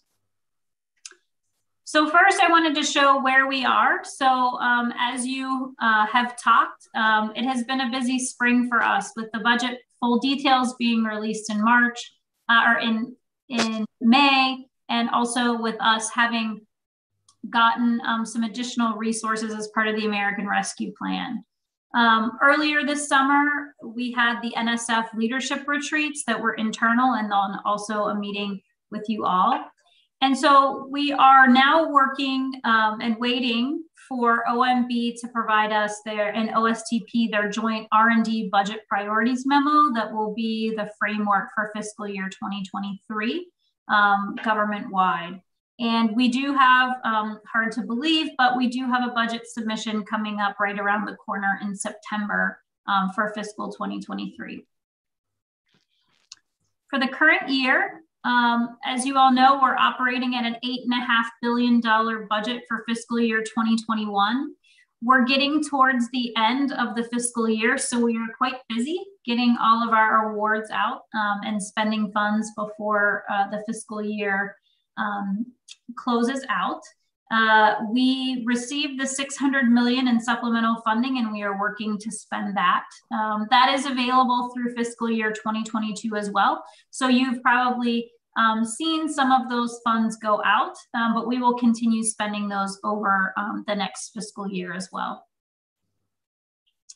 As you've heard from Fleming and Dr. Krim in many prior presentations, he gave an overview of the coronavirus support that NSF has been provided. So we have been providing funding, not just from our base resources, but also from these additional resources to provide relief to the scientific community as it responds to the novel coronavirus. A portion of these funds provided to RNRA and EHR will be invested in these three categories that Fleming has talked to you about. So those most strongly affected groups, individuals at vulnerable career transition points, like at the postdoc awards that we're giving fit into that category, and also ensuring broad geographic and demographic distribution of those funds to, again, ensure that they are getting to the places and the people that need them most. Now on to fiscal year 2022. So as Panch mentioned, we have a couple of very historic budget figures for NSF that have been part of this conversation, which is quite exciting. So first is the president's budget, and those details were released at the end of May, which included a $2 billion increase from what we completed in 2020 and a $1.7 billion increase from the 2021 current plan. These are significant increases, and I've shown you how they would break out across the 6 budget accounts that NSF has. You can see that each of the accounts experience an increase, with some of the largest being dollar amounts being in the programmatic areas of RNRA and EHR. In there is where you would find the prioritized dollars for clean energy and climate change research that you've heard touted by the administration, funding for the racial equity components, and also the funding for the new directorate of TIT. And then also exciting is that we've now gotten part of the reaction to that budget proposal in the form of the House mark from the Commerce, Justice, Science Committee. And they have NSF at $9.634 billion. So as I always remind you, it's important to look at the numbers. I'm the budget person, so I will always tell you to look at the numbers, but it's also important to look at the language that accompanies those bills. And as we looked in the report language that accompanied the appropriation, we saw that they were supportive of the creation of the new Directorate for Technology Innovation Partnerships. They supported our expansion of broadening participation in our efforts in STEM. And they've also supported the climate and clean energy related research, which is one of the top priorities of the incoming administration. So we're starting to see a picture come together of what NSF is going to look like in the near term and in fiscal year 2022. And it's quite exciting, as Panch conveys all of the time. So here again, as far as the appropriation status, so we know that two of the three major data points have been out there. So the president's policy budget requested $10 billion. We got a response from the House of 9.6. We're still waiting for the Senate. And we're not quite sure. Maybe Amanda would have more to share, but I think we would probably see this in September at the earliest. However, these are dramatic increases of over $1 billion. This is historic, and it's really an exciting time for us. And these are, as I mentioned in my footnote, excluding the additional resources we got in supplemental funding for the American Rescue Plan, or anything that we may potentially get through a variety of other pieces of legislation that are moving and include funding for NSF. So what comes next? What should we be watching for? So definitely should be looking at appropriations action. So we are waiting for the Senate, of course, and we'll be looking for the bill, and hopefully we'll also get a look at the report so we can see what some of their intention is for additional resources. However, that being said, we are expecting that the fiscal year 2022 may begin with a continuing resolution. And if that were the case, as it has been for the last several decades, NSF is planning and poised and ready to begin fiscal year 2022 as we are each year. So I just want to assure you that there won't be any sort of disruption during a continuing resolution and us being able to make these exciting investments that we have planned. For fiscal 2023, I mentioned we're anticipating the OMB OSDP R&D budget priority memo to be released soon. No one is hoping for that sooner than me. Also, we will be submitting our budget to OMB. It's due on September, right after the Labor Day holiday. And then that will initiate the back and forth negotiations with the administration throughout the fall for developing the FY 2023 budget. And I think we've heard from OMB that they are excited to return to regular order in a more collaborative iteration with agencies. Now that we are not in that shortened transition period that was the case for fiscal 2022. And with that, I'm happy to take any questions that folks have. Thank you, Caitlin. Caitlin, I want to underscore one point, Suresh, if I may, that before the 2023 budget will be submitted to OMB, we will have, as always, discussions with the Committee on Strategy and the board to make sure that those are all done before the submission. Just want to make sure that is very clear. Thank you, Panch, thank you for that. Thank you. We'll turn to the committee members and the board members for questions, and I'd be disappointed if Steve Willard hadn't raised his hand. So Steve. Oh, thank you.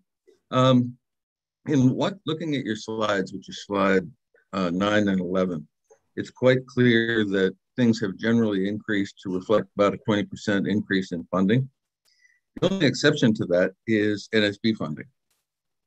I really believe that NSB staff are overworked, and there's going to be additional work from the TIP or TIP initiative.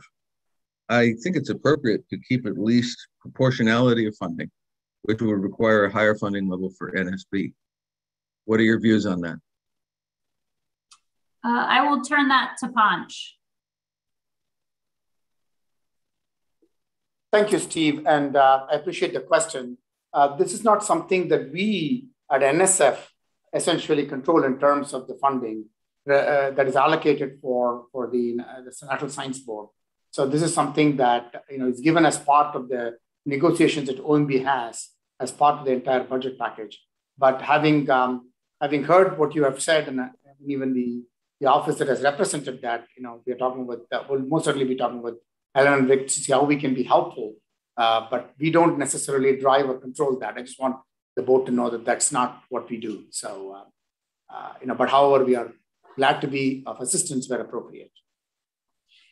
So I'll make one or two more comments on that are a bit more technical, which is, so the first three accounts that you see here, RNRA, EHR, and MREFC, we consider those the programmatic accounts. AOAM, NSB, and OIG are the more administrative accounts, and there's been an effort underway in the last 2 years to have more alignment between those three accounts. The one thing you will see, yes, so I will say there's a couple exceptions. OIG does have some of their activity that is not administrative, that is part of their mission.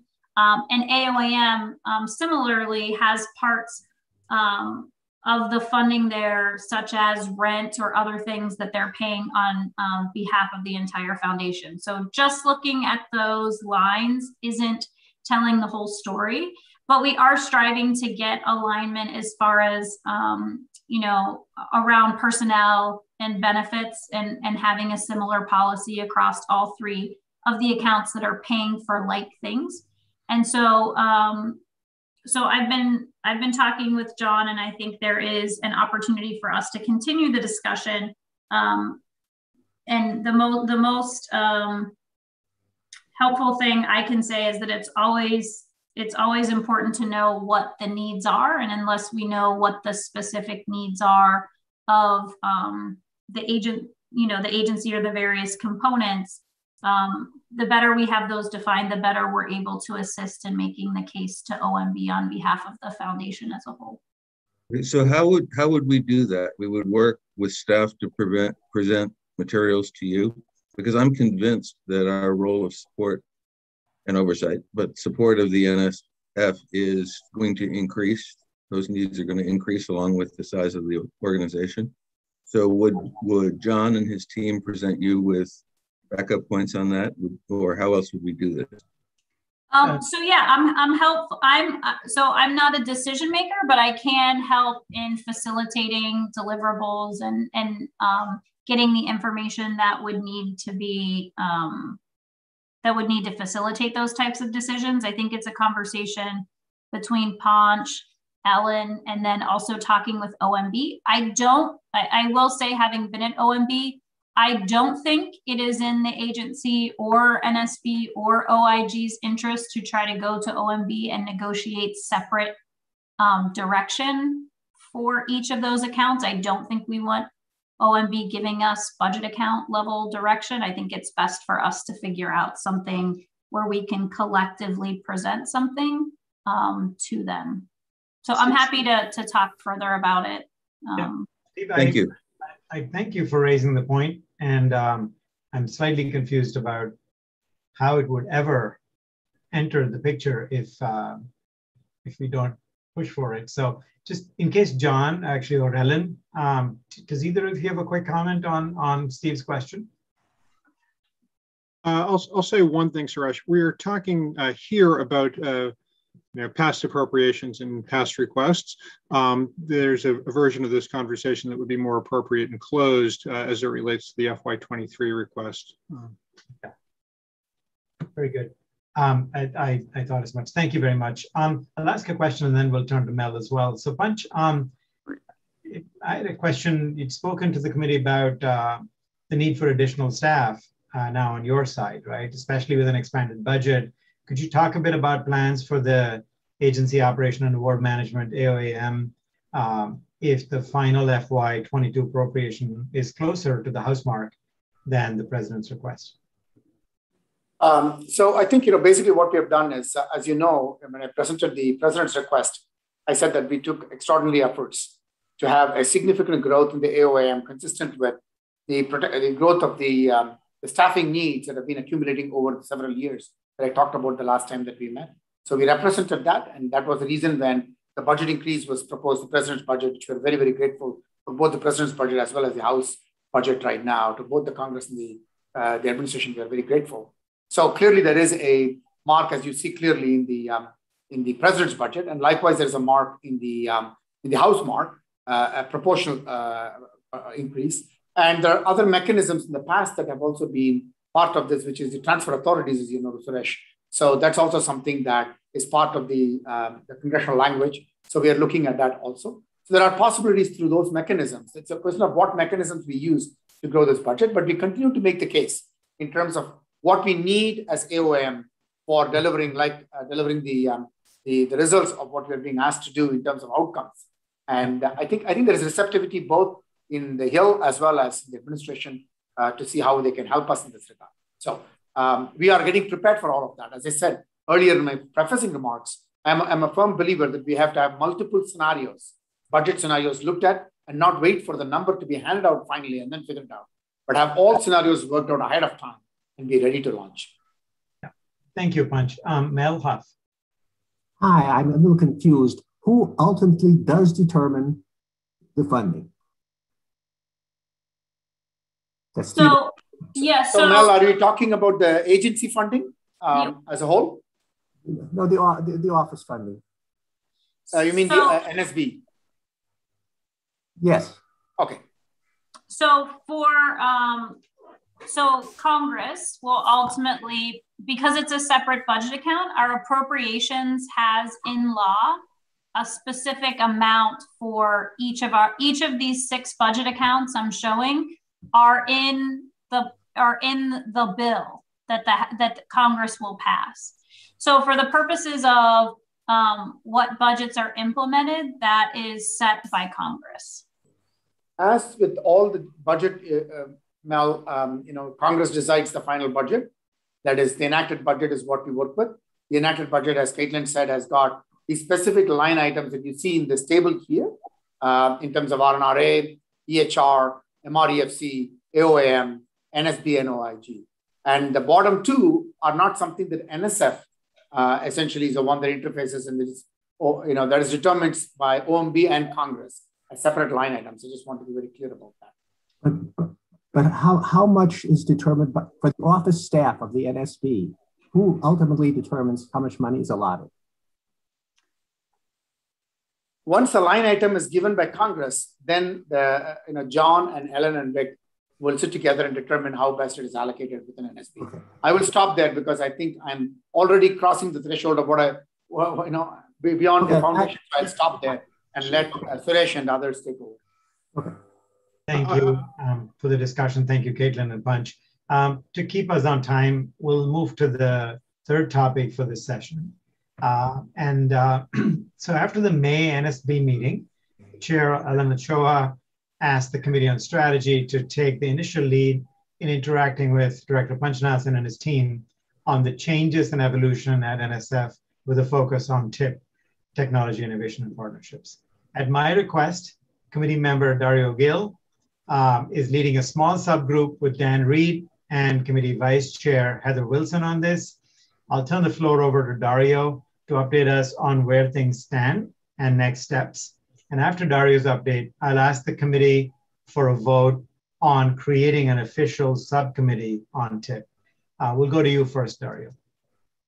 Thank you, Suresh. Yes, as Suresh mentioned, he asked Heather, Dan, and me to engage with NSF leadership on TIP with the goal of helping NSF ensure success with its expanded mission and budget that we just discussed. And we identified twofold purpose for our group. Number 1 was to consult with the director on strategies, goals, and organizational changes to realize NSF's TIP strategic priority. And number 2 was to identify for NSB discussion governance matters related to TIP activities and potential related expansions to NSF's budget and mission. Now, considering the nature of the discussions that we will need to have to fulfill our role and in consultation with NSB Council and Bushmiller, We recommend that our group be officially constituted as a subcommittee with a formal charge. We drafted a charge based on the board's statutory responsibilities to consult with the director on the formulation of programs and on NSF's organizational structure. The charge, which is in tab 6.4.1 of your diligent board book, lists some of the tasks that the subcommittee will undertake. Now, in the coming weeks, we plan to meet with Punch and his team to discuss their strategy for TIP, and we'll focus initially on their plans for the regional innovation engines. All committees will have a governance role to play related to changes to NSF's scale and scope. So we will also work with the retreat planning group to propose appropriate questions for committee and board discussion at the fall retreat. And in addition, we're maintaining awareness of relevant administration and congressional directives. So thank you, Suresh, and I'll turn it back to you. Great. Thanks so much, Dario. And thanks to all three of you for agreeing to work on this and for the work you've already done to this point. I agree that the subgroup should be an official subcommittee. The subgroup's term would end in May 2022, coinciding with the end of this committee cycle. At that time, the next committee chair, and anyone else is welcome to volunteer, and NSB chair would determine if there's a need to reconstitute the subcommittee. Ellen and I have reviewed we approved the draft charge. Before I ask for a committee vote, Ellen, would you like to make any comments? Sure. Thanks very much, Suresh and Dario. And in looking at this, of course, we did try to take into account the comments that we had collected previously, actually from the full board in May, and from talking with various committee chairs. So hopefully, as you see, the charge really, it's definitely not to take away from committees and what they're actually are supposed to be doing, but to help tee up in a, hopefully a sort of a regularized way, the questions that we think are most important for the committees to be looking at with regard to TIP. And so felt that this was probably the best way we can do that in moving forward. So, so I appreciate this happening, and I think it will help the entire board really kind of step up to the plate in terms of the whole TIP area. Great. Well, Ellen, thank you again. So the committee will now vote on creating a subcommittee on technology, innovation, and partnerships. Only Committee on Strategy members should be making motions and voting at this time. Do I have a motion from a member of the Committee on Strategy to create a subcommittee on technology, innovation, and partnerships with the charge included in your board book? So moved. I see two hands, Roger and Emilio. Is there a second? Okay, great. I see several hands. Is there any discussion? If other board members have comments, you're welcome to make them now as well. Hearing no discussion and not allowing enough time to all the Committee on Strategy members in favor of creating a subcommittee, please say aye. Aye. Any opposed? Great. The Committee on Strategy, Subcommittee on Technology, Innovation, and Partnerships is hereby created. Congratulations, Dario, Dan, and Heather. And let's see. So I think we that was the agenda for this open session. Thank you. And as we have no further business, this concludes the open session of the Committee on Strategy. Back to you, Ellen.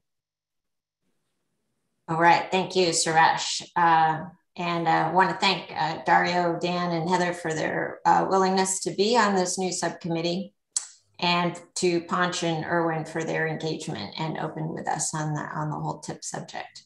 So we'll now take a brief break until 4:30 p.m. Eastern, and then we'll reconvene, Suresh, for the Committee on Strategies closed session. Thank you.